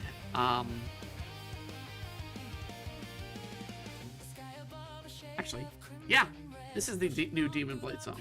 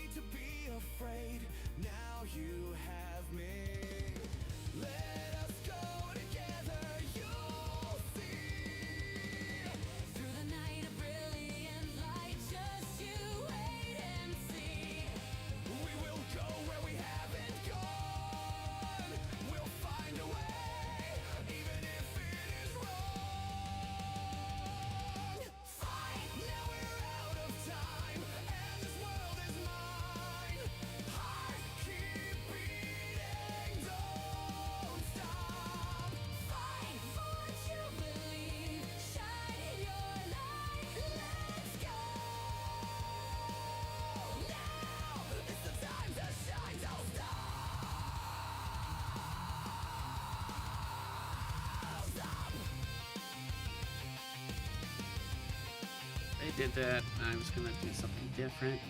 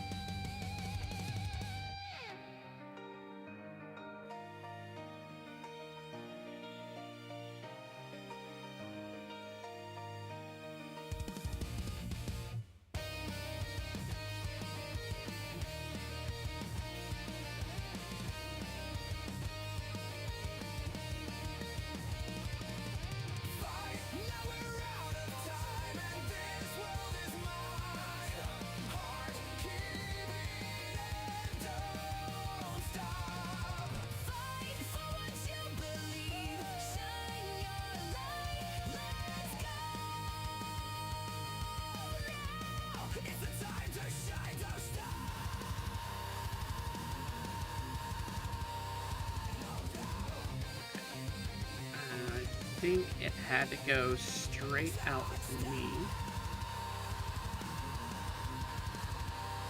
I'm trying to remember the picture of the actual dancer. And their hand had to come around about here. Not a fan of the tutu.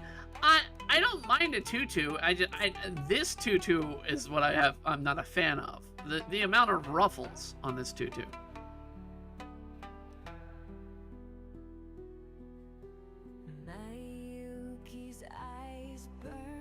And this, of course, is a Demon Blade song. That is in the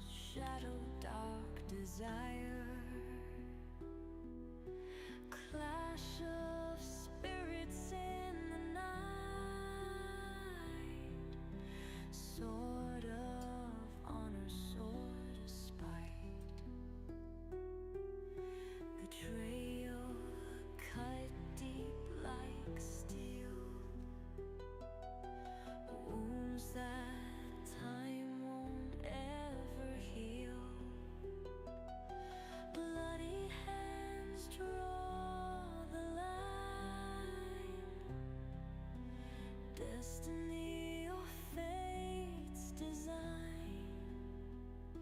Blade of vengeance cuts the air.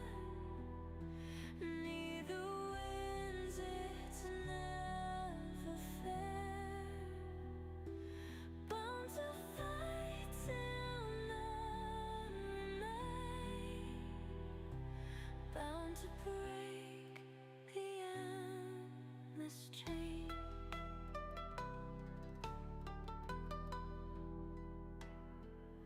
Alright, I gotta do the bottom half. Through the wind, ghosts of friends who met their end. What's the price of wrath and breath? She's got a really necklace choker thing. So much frill in this character.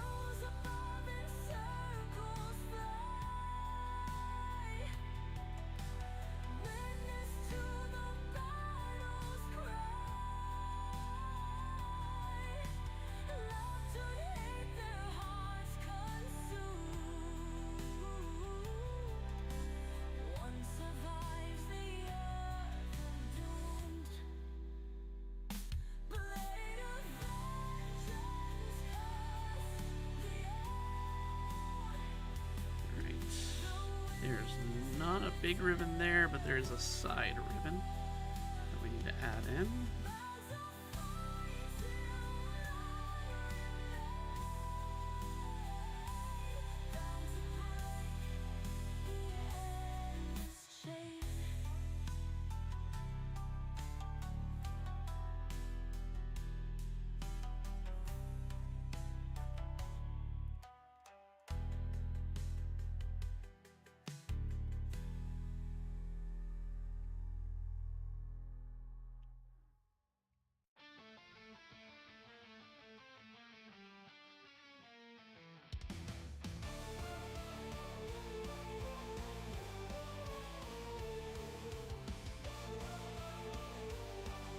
Sort of like a little ruffled flower thing, I'm guessing, on the front.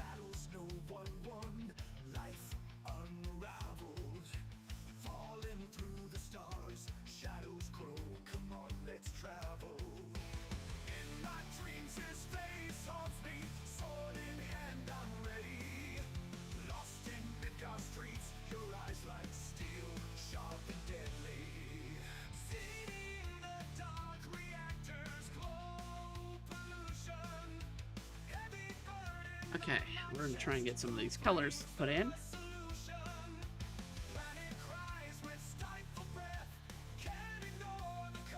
We'll start with a skin tone.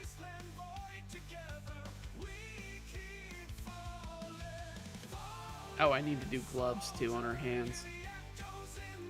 Oh, that is an ugly shade that came out. Let's just do, looked like it was more closer to this color. No. It's actually lighter.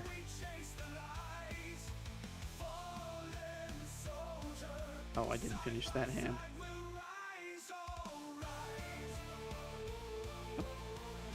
Not there.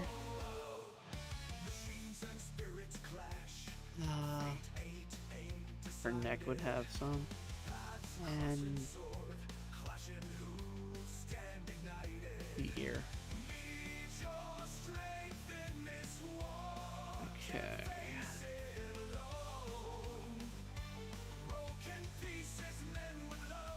Kind of go with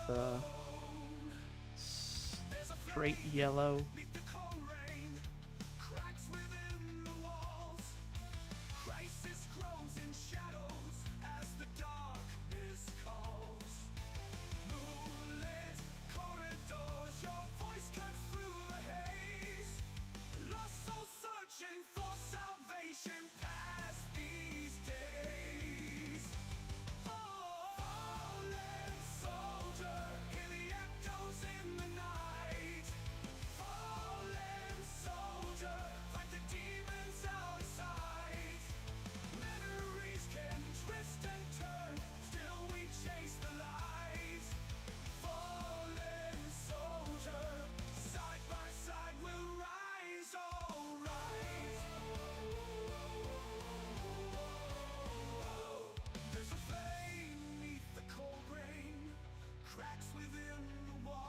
Let's bring this in and work on the face a bit.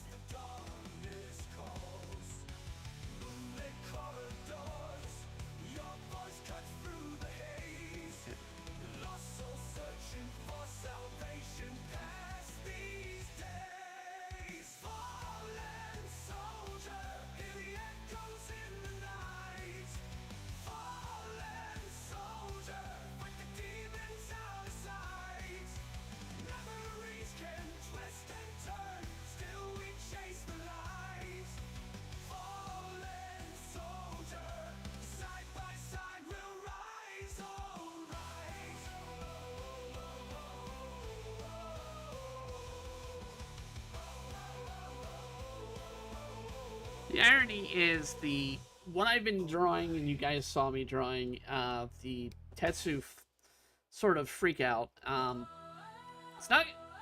Tetsu's not going to be the only one. Tetra Tetsu's not going to be the only one freaking out at something. Maya's going to see a bit of her past after they meet up with Kyle.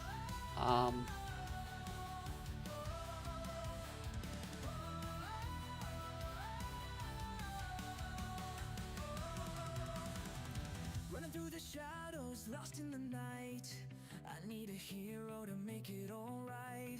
Screaming out, but no one's around. Save my soul before I hit the ground. Every heartbeat echoes fear and doubt. Can't escape this maze without a way out. Armor shining in the dark so bright. Guide me through the storms, be my light. Save me from the chaos of this world. Be the beacon in my darkness. Unfurl, lift me high above the broken torn. I need a hero. I'm feeling worn.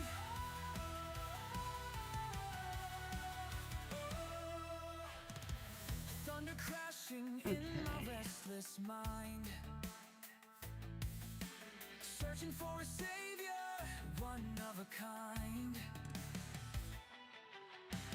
Hold me close as the tempest rages.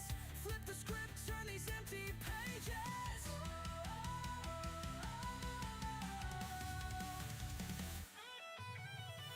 Shattered dreams lie scattered on the floor. She's got the dark pink on the neck. So, and this would be continuing the dress. She's got so much of the similar pink. That's the problem here. Okay, white there. The second row would be white.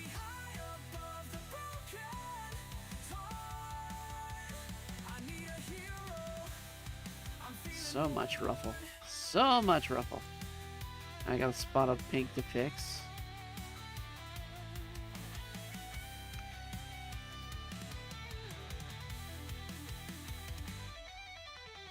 Shattered dreams lie scattered on the floor. Unlock the chains, open freedom's door. Eyes on fire, battling Okay. the night. Then it's the more neon pink, the dark pink again, and Save me from the chaos of this world. Be so the this would be that pink, and I think it goes back to the neon, so I need to go more of a neon pink, I need a hero. and white, then neon again. Chatter and scribble, my pencils in hand as we draw.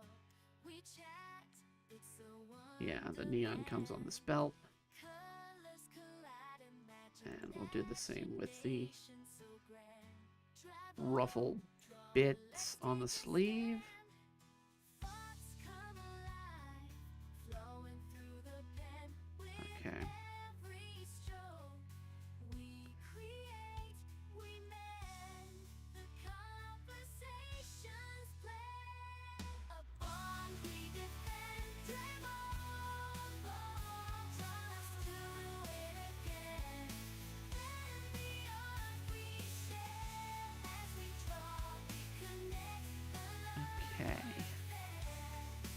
Do the glove there. Do the tights, because they're supposed to be white. Drive over the tether, heavy share. As we draw, we connect. Now that I look at it, they want the neon pink, but I think this ballet pink is always this pale pink. When you do a ballet or a tutu or ballet shoes, like that. This is a new song. This is a Demon Blade song too. Did I forget that this was heaven? I was lost and thought it left me. Where'd you go? And what have I done? But I guess you know how to find me. All my life I've been wondering why. It's like I've been searching for something that's already mine. And when I close my eyes, I swear I could feel it in another life. I know I was in it. I don't deserve you, and I know it.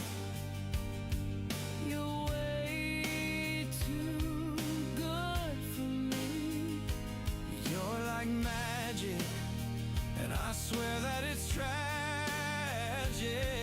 that I found you and you found me. All my life I've been wondering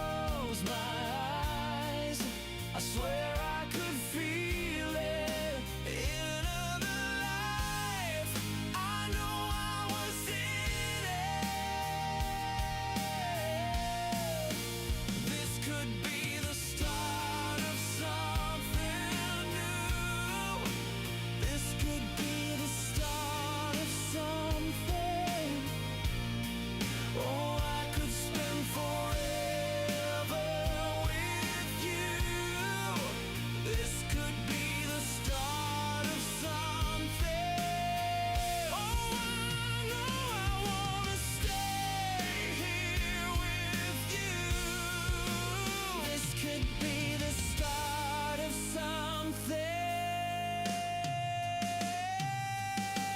All my life, I've been wondering why.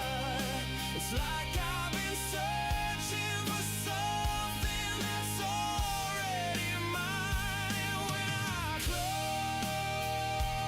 my eyes, I swear I could feel it in another life. I know I was in it.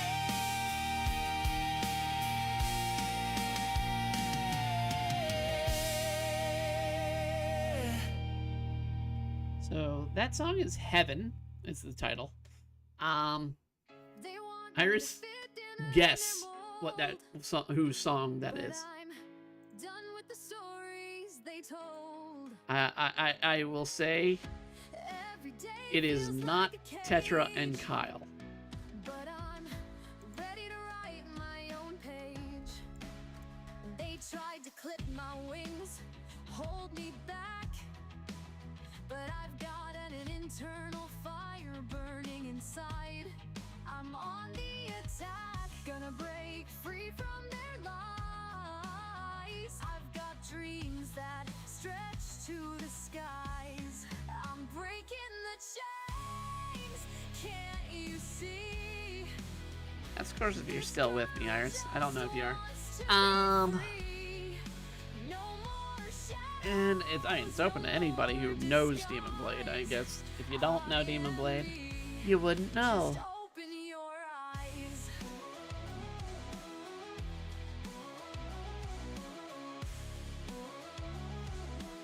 Okay, I had to change the hand Whispers and stares. for this because it's like, okay, I need to do something different with the hand. I also need to fill that. So I'm standing tall. I'm standing proud. Gonna shout my this is on the Demon Blade soundtrack as well. truth. They'll say I'm wrong. Their words so cold, but my heart is fierce.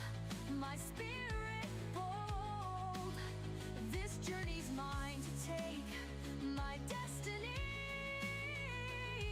Don't need their approval to be free. I'm breaking the chains. Can't you see? This girl just wants to be free. No more It's about Demon Frog and the Toilet Demon. Yeah, absolutely, absolutely. No, it's a Mayan Tetsu song. It is a Mayan Tetsu song. I kept being like, I keep writing these Tetra and Kyle songs, but I'm not writing that the main rival in that love triangle is Mai. So it's like I needed to write a song that would be between Mai and Tetsu. And the irony of calling a song about falling in love with a demon girl Heaven is just hilarious.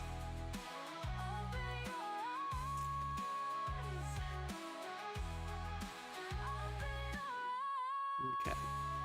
That's white, so I'm gonna do that.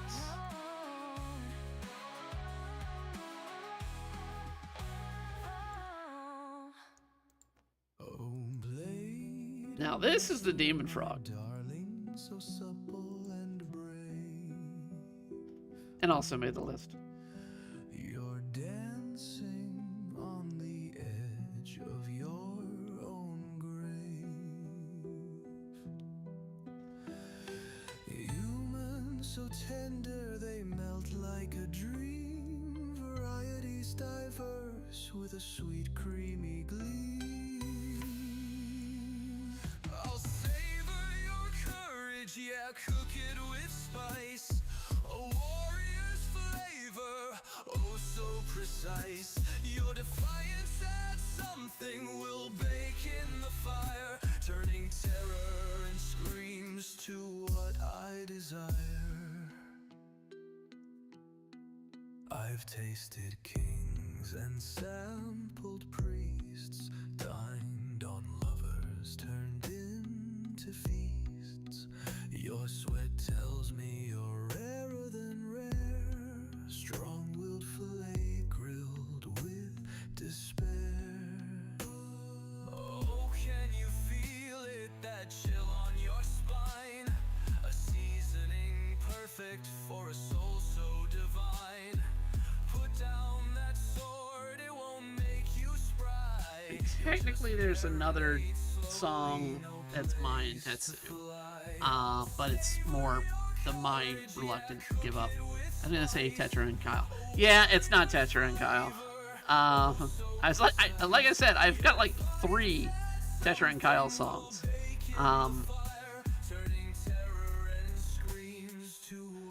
Number 1 of which is the canonically song Mystery Girl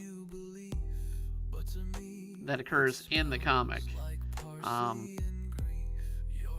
Actually, relatively soon in the comic, too. The end of the current chapter is going to be in there.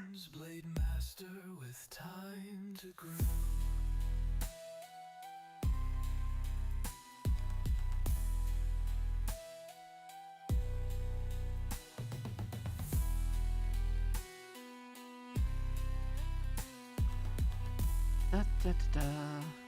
All these flippin' ruffles. That blade in your hand, it gives you belief, but to me it smells like parsley and grief. Your final stand is my favorite thrill. Sweet dreams, Blade Master, with time to... If I were to do an illustration of this, I'd go through the pain of shading these. But I'm not going to do that tonight because it's going to be just too much to focus on. And it would take forever to do the shade on all these ruffles.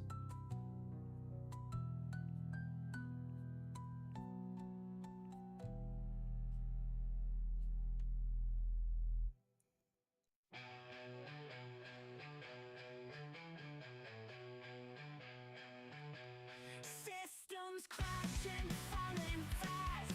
Skies turn blue. This is just a random song. Actually, this was made last year when we had the blue screen coming up for a lot of Windows computers.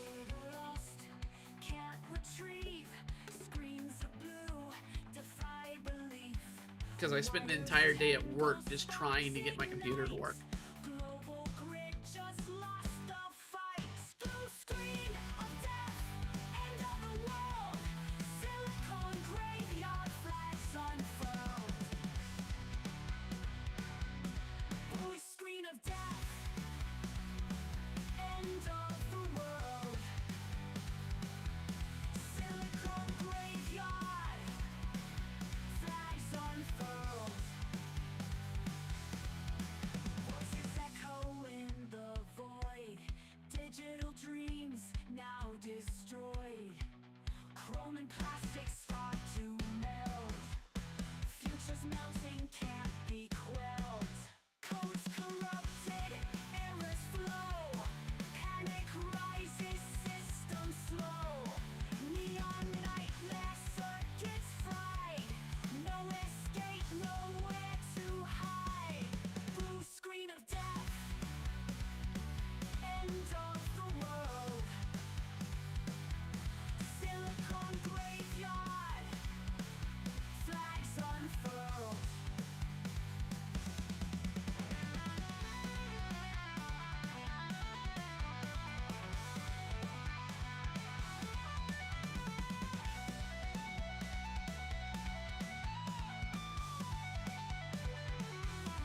Blue screen of death, end of the world.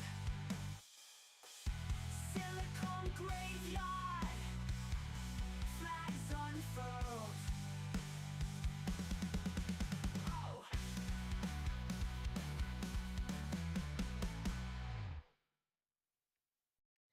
I floated here on the crumbling. This is an Eno song.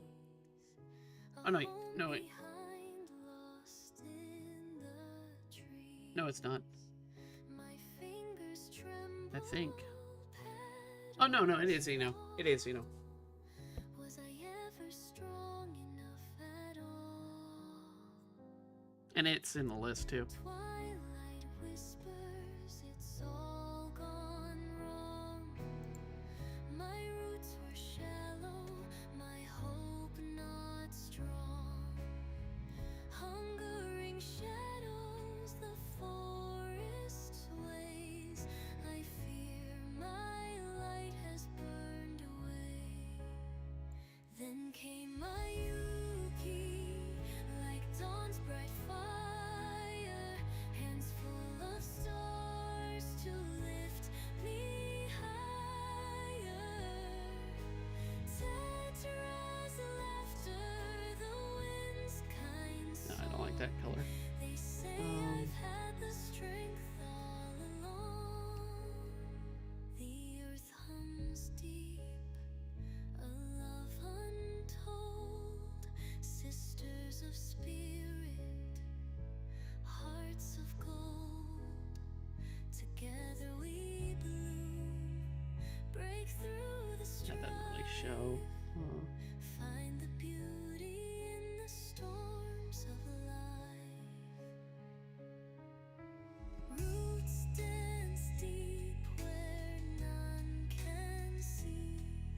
Sky-bound blossoms are wild and free. If I am banished, I'll forge my way. Through loss we find brighter days. With my Yuki's glow, Tetra's warm grace, I'll stitch the storms and weave my place.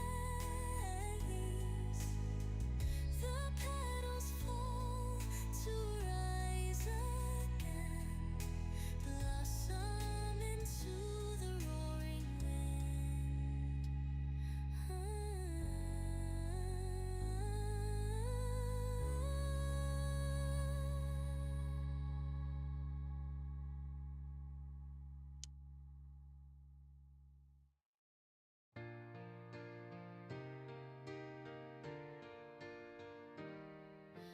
Thrown into the wolves they call kin. Once Dale's scheming life Okay. soaked in sin. I need to do a shadow. Told me I'm one of them, yeah, debuted. Down. But I sniff the rot beneath their virtue. Spoiled apples dressed up as gold. Sweet words, but their hearts are so cold. They see my power, think they've won. But I'm no puppet, I'm no one's pawn.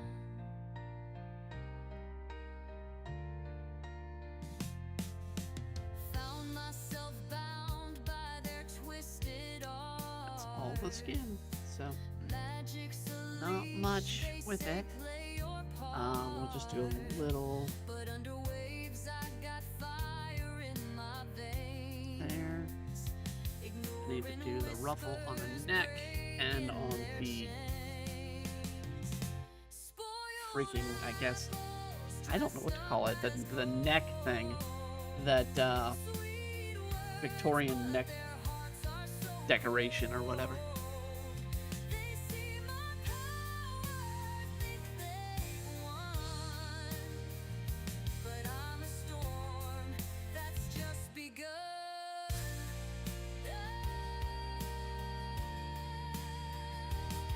And on the sleeves too, because there's sleeves. They clink their wands like swords in war. Hungry shadows, they always want more. But I carve my own fate, oh so sharp. Noisy puppets, I'll play no harm. Spoiled apples dressed up as gold. Sweet words, but their hearts are so cold. They see my power. Any more ruffle there? No. Okay.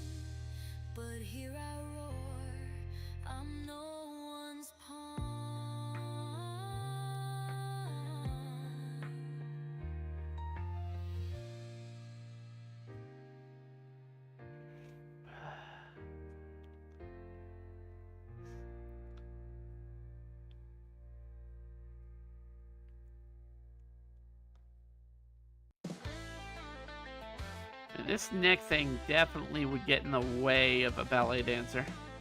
Really would. Because you need to have neck movement to be able to maintain the balance. Alright, they... Really?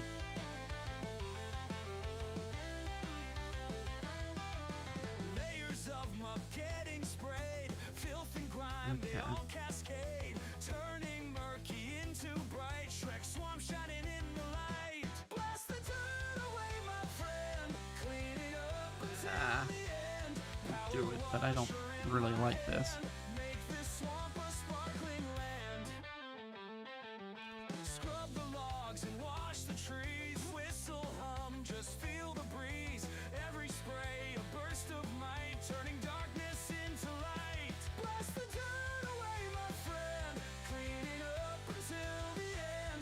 Okay. Power washer in my hand. Jeez. Make this swamp a sparkling land.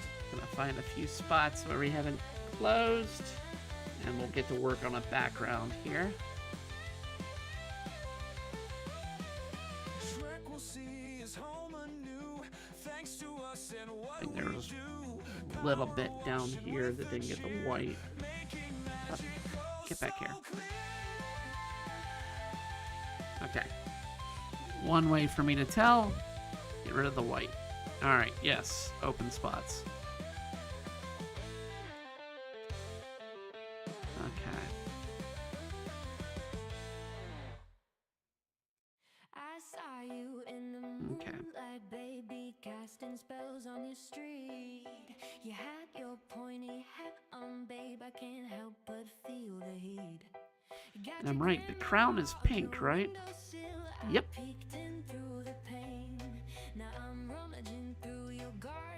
Let's do a little bit of hair.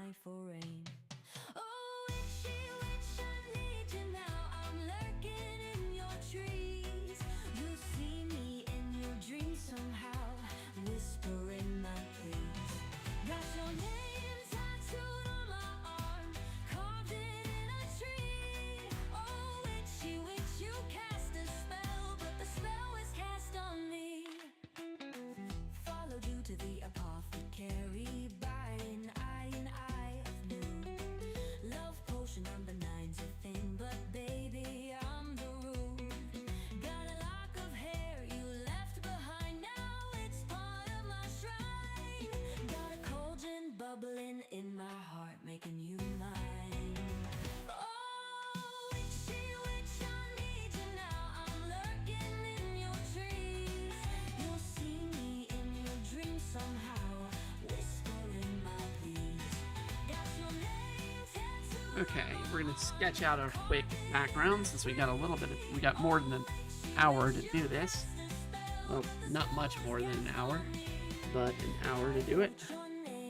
So I was thinking Sparkles and flame. Watched your eyes meet mine one time, but I never caught that we're gonna do like a spotlight, of my own. Its flavors a bit off maybe like a cutout here. of what I've That would be like a set dressing, and the spotlight will definitely be coming down like that. And then we've got to do, of course, got your picture in my locket. Swiped it off your porch last June. wood for the grain, and maybe a curtain blowing in the back. Silver moon left some charms upon your So, doorstep. Followed you to work one day.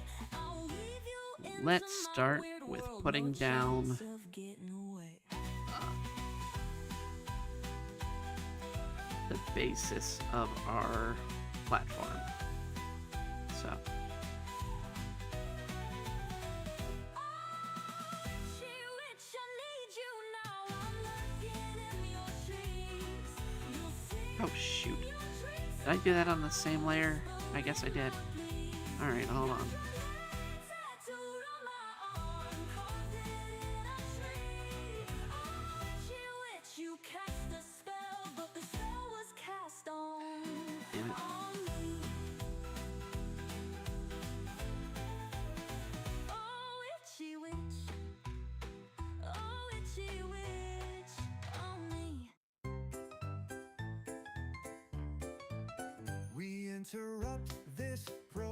lemon stream. Then we're gonna do. Bring you something from a dream. A pair of socks that talk and glow. And who's the guest? It's I don't know. I don't know's here. It's not a good spot. I need to redo it. With wisdom old and cosmic rays. She's got one eye but sees it all. From giant stars to bathroom stalls. She said, hey world, what's going on? Your toaster's sad, your donut's gone. That's the more devastating. Donut gone. Yells, oh no. No, What donut. happens next? Nobody knows. Your regular show is in a bind. 'Cause I don't know's warped inside your mind. A blinking eye, a swirling haze. Say goodbye to normal days. I don't know's here to steal the stage. With wisdom old and cosmic rays. She's got one eye but sees it all. From gossip queens to shopping malls. She's got a dance called the spinning stare. You twirled around like you just don't care. The news guy faints, the camera zoom. I don't know's voice just shakes the room.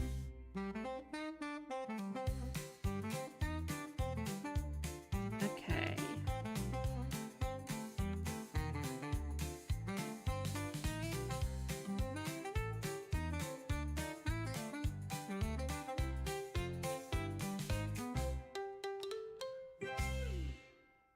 Lost in a pixelated haze, fighting dragons in a virtual maze. She's the princess of a world unknown, but deep inside, she feels so alone. Beneath the flashing lights, she's trapped, a video game princess that is not a death. She longs to break free from this pixelated scene, to find herself. And since we were talking about 11 Kingdoms, this was an attempt to make an 11 Kingdom song. I don't like it for it as much. She must pretend to be a princess. Story won't end, but the fame and the fortune is never her own. She's just a puppet, a face that is shown.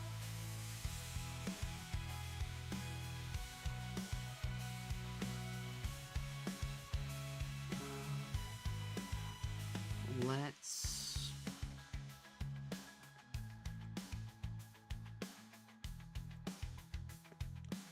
get this. No, I'm aiming for this. All right.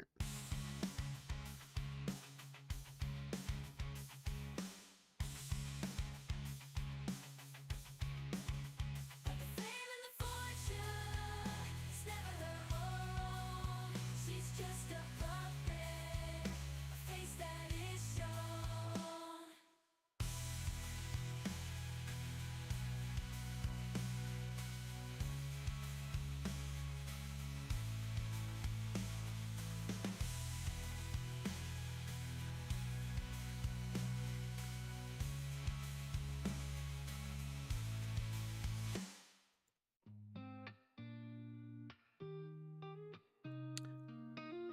Lights go down streams and I probably should take out the ending theme from the musical rotation. laughs and smiles all through night. With you, it feels just right. Signing off. Don't forget like, comment, some. Signing off. Ring the bell and show some out. Good vibes share the fun ride. With you, I'm filled with pride. Okay, I need to. See, Yeah, I screwed that up. my friend, our fun, it never ends. Signing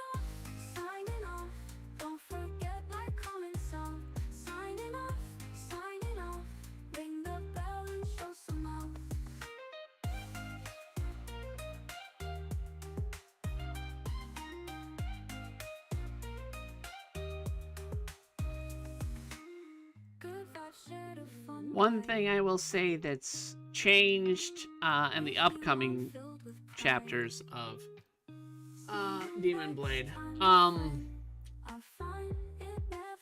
The chicken one, nothing's changed, really. Although it's going to be Tetra instead of Tetsu on the battlefield of that one. The Christmas one may actually be a little shorter. But there's a New Year's story that's new. And then the Frog one's not completely different. I mean, the events still happen as they do, but the you see more of the play as it plays into Lori's story. That they need to get Lori for the play, in a sense, to deal with a hag.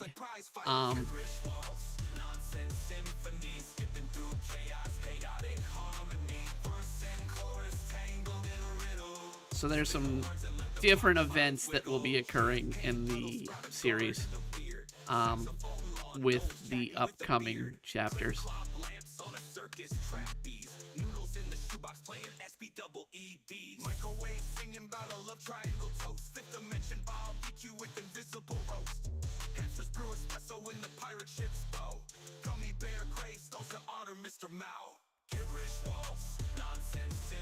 Definitely need to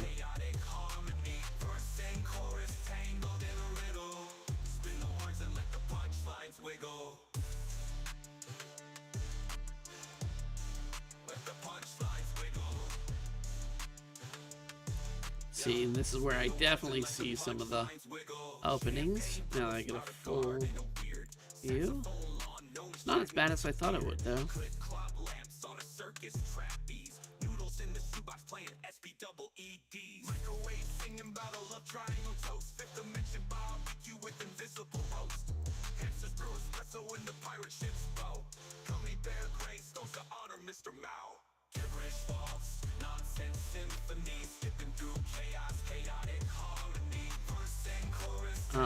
Lori's story, of course, will sell or have a bit of her backstory, and the backstory for there'll be a bit. I mean, there'll be backstory for Eno as well in that, because it's an Eno story when they get Lori. Mystical bites just for you. Cauldrons bubble on the stove. Witches grin as they serve with love.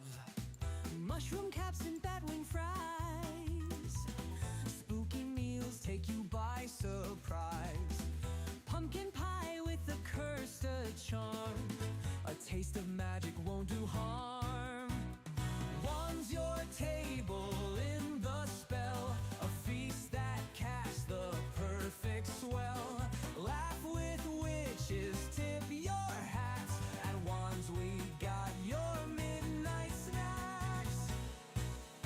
There we go. Eyeball soup, it's quite the catch. Kinda add a blur on the freaking Pepper on the side. With our menu you curtain. can't I need to make it go larger. One's your table in the spell. A feast that casts the perfect swell. Laugh with witches, tip your hats. At Wands we got your midnight snacks.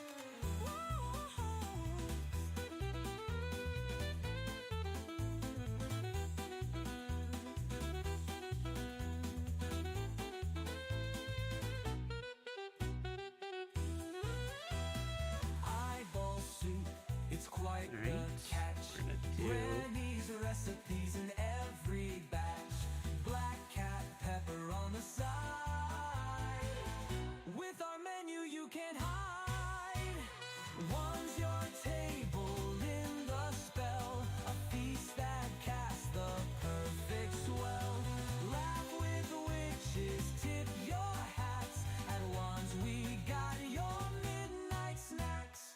Join the revel till the one dawn. there. All right. Dine with us and carry on. Under moonlight, eerie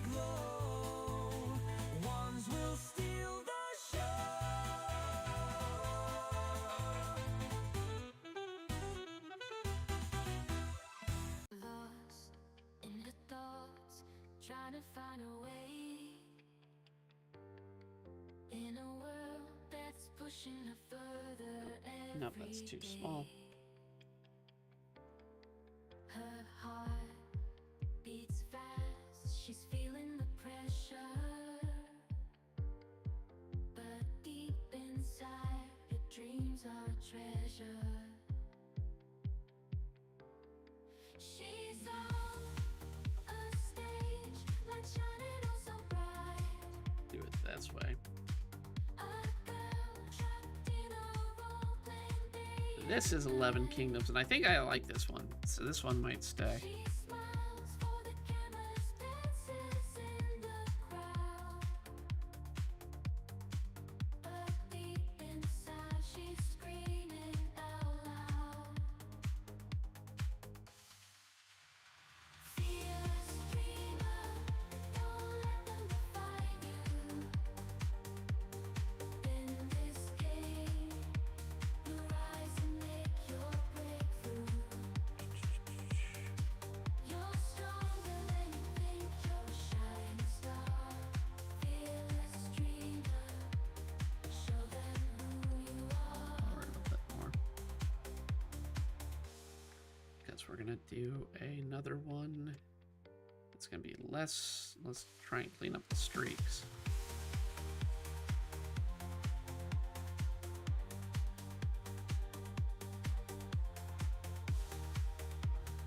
This other one's gonna meet where the oval is. So My face in the glimmer reflection. Yeah, the world is mine. this is a Every Val street song for screams Witchin'. my name. Every mirror feeling fine. Hollywood's my kingdom. My throne's here to stay. But your magic's the beacon that steals my spotlight away. Value all glitter but lack brains. A desperate parade. A mage so hollow, trapped in the act you play. Your shadow's begging for the attention. It practically cries. Not a chance, my love ain't something money buys. Wasted love, gonna burn it all. Egotistical hearts are bound to fall. Your obsession's loud. My laughter's cruel. In this wicked game,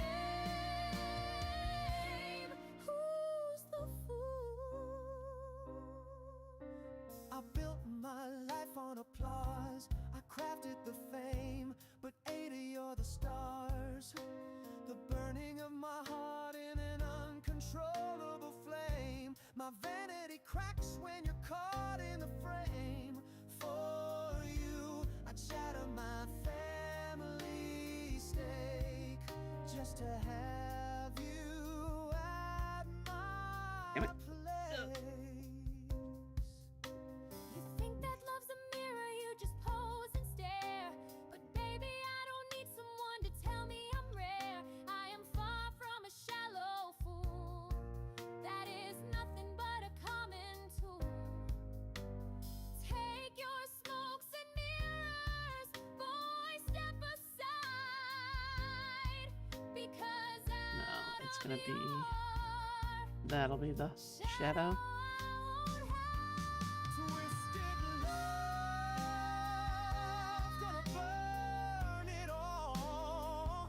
Egotistical hearts are bound to fall. Your obsession's loud. My laughter's cruel. In this wicked game.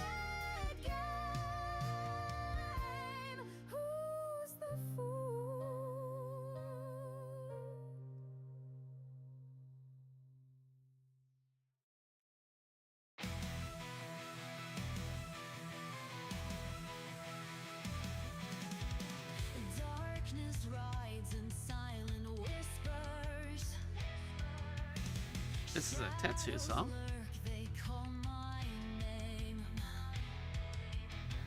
In the night where fears It's offensive? What's offensive? The doubts art or the song? in this game.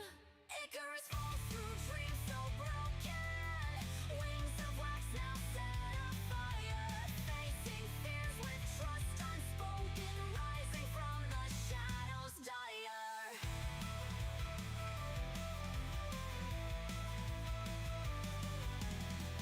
Voices echo in the hollow. Every step feels like a test. Pass a burden hard to swallow. In this fear, I'm not the best.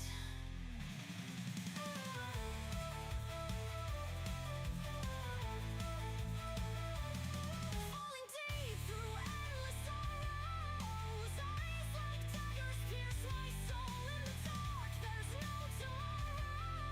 Victim to this haunting road. Fall through dreams so broken.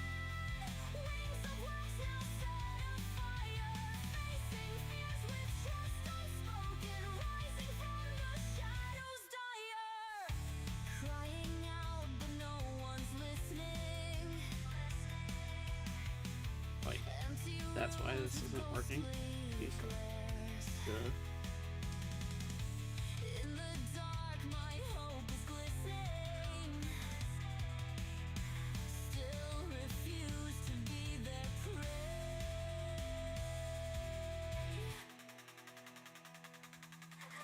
My comment that it's not getting in the stream. Huh.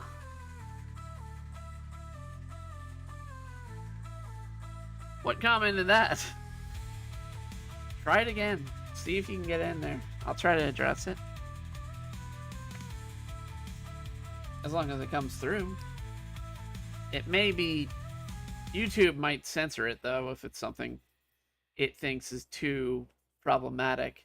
And that includes, you know, some of the more darker conversations. Things I do in Demon Blade. It won't probably let you In the publish it. darkness, she finds her peace. Silent echoes of her release. Too many voices tearing her apart. She carries the weight. Okay. Now I did all this light. I need to do a shadow. Friends and family turn their backs. Public eyes with sharp attacks. Loneliness became her only friend, seeking a way for it all to end. Whispers of regret in the wind. She thought freedom could begin. I was asking, Kyle will use the bucket in his head this time, right? No, he'll still use the chicken bucket. Because he's gonna try... He's technically not allowed on... Because they're filming an episode of Ghost Talkers. And he's technically not allowed on set. You will see a scene before then that occurred at Halloween. That involves both Mai and Kyle. And Tetra. But it's a joke scene. It's basically Kyle taking care of a kid and losing said kid, and Mai realizing she can get a bunch of candy out of people for free. And so she's demanding that they all go trick-or-treating as kids. So you're gonna see Mai as a kid, and Tetra is kind of like the babysitter.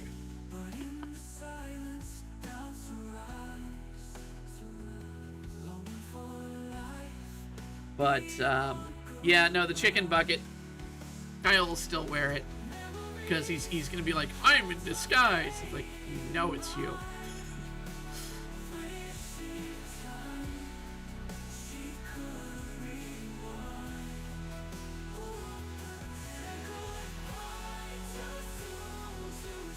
So, silly stuff like that. I get to have a lot more fun with the chicken one, because it's a joke issue. And even though the Christmas gets heavy at times, it's still a joke issue. And same will be with New Year's, but New Year's will give the hint towards the demon frog. Lost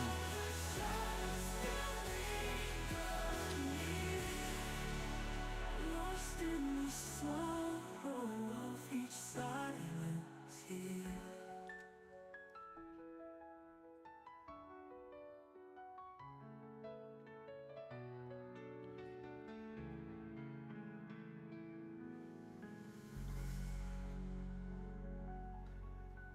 Oh, shoot. I did put yellow on there. Why is it going dark? Probably because it's not on the right line. Okay, hold on. Nope, still going dark. Let's do another layer then. Oh, it's eraser. Duh.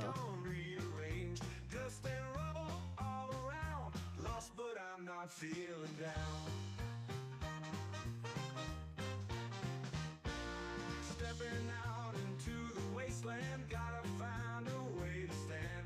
Radioactive skies above, looking for. And in the written, let's see, with the Ghost Talkers stories, 'cause there are a few, where they're doing their duties for the TV show. Kyle will be in a couple of them. Sarah is going to be in one as well. And it's just more, they're there as support. But once Kyle gets his powers, he's allowed on the show because he can actually do something. Other than look pretty.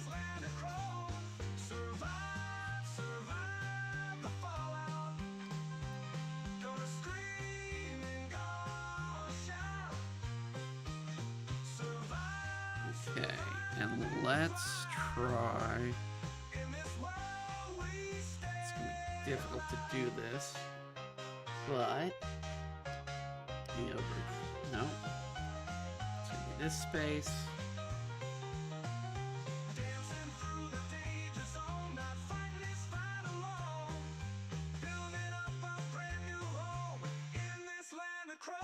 See if I can. They're not going to really show unless I do some shadow with them. I guess I'll do that. So kind of get some audience if I can in there. Oh, too much.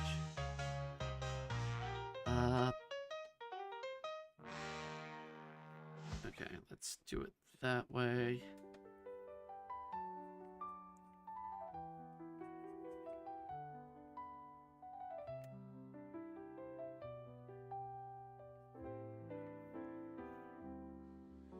Saw you by the willow tree, sunlight sparkled in your eyes.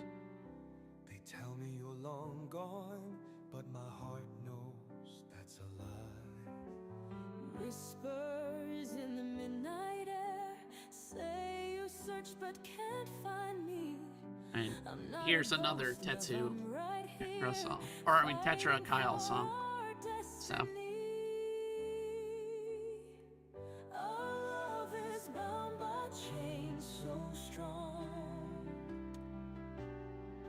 In a world that says we're wrong, We'll break those bars and prove them true. my heart is set on loving you. Father tells me Trying to think of what else to do here. to share in the night.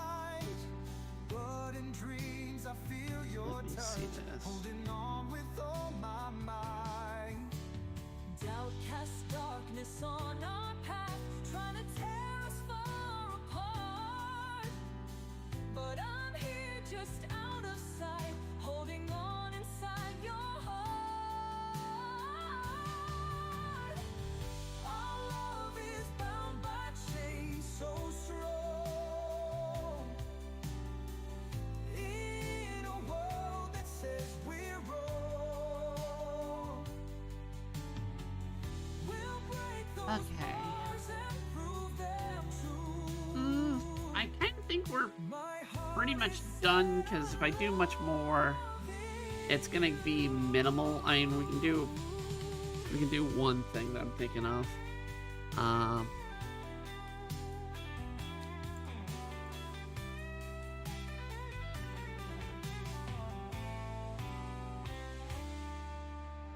doubt casts darkness on our path, trying to tear us far apart. Where I'm here is just out of sight, holding on inside your heart. texture? Our love is bound by chains so strong. In a world that says we're wrong, we'll break those bars and prove them true. My heart is set on love. It's too bright. It needs to kind of go the other way. There we go. And actually, let's make it.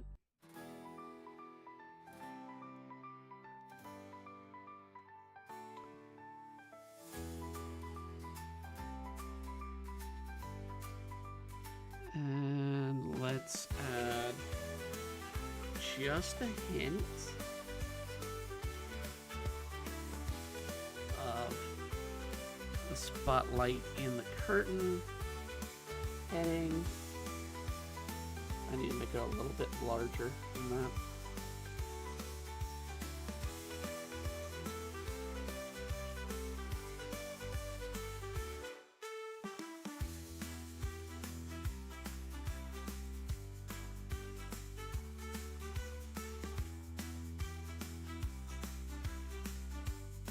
Yeah, I kind of feel that's pretty much all I can do to make anything different from this point. Would be kind of pointless.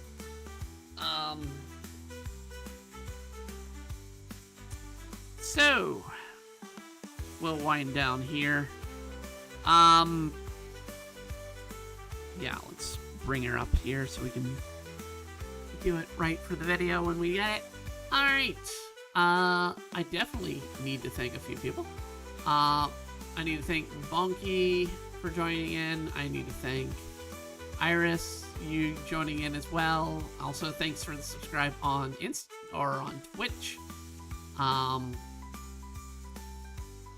For there, and again, thanks to Benagemi for also the follow over on Kick over the last few days.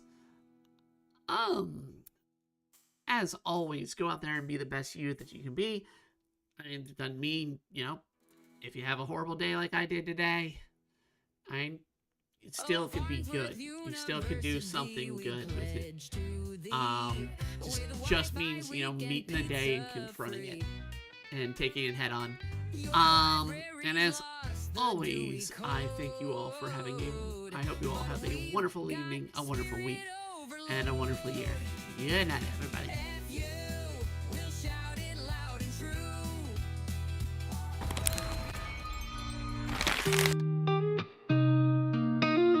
Lights go down streams and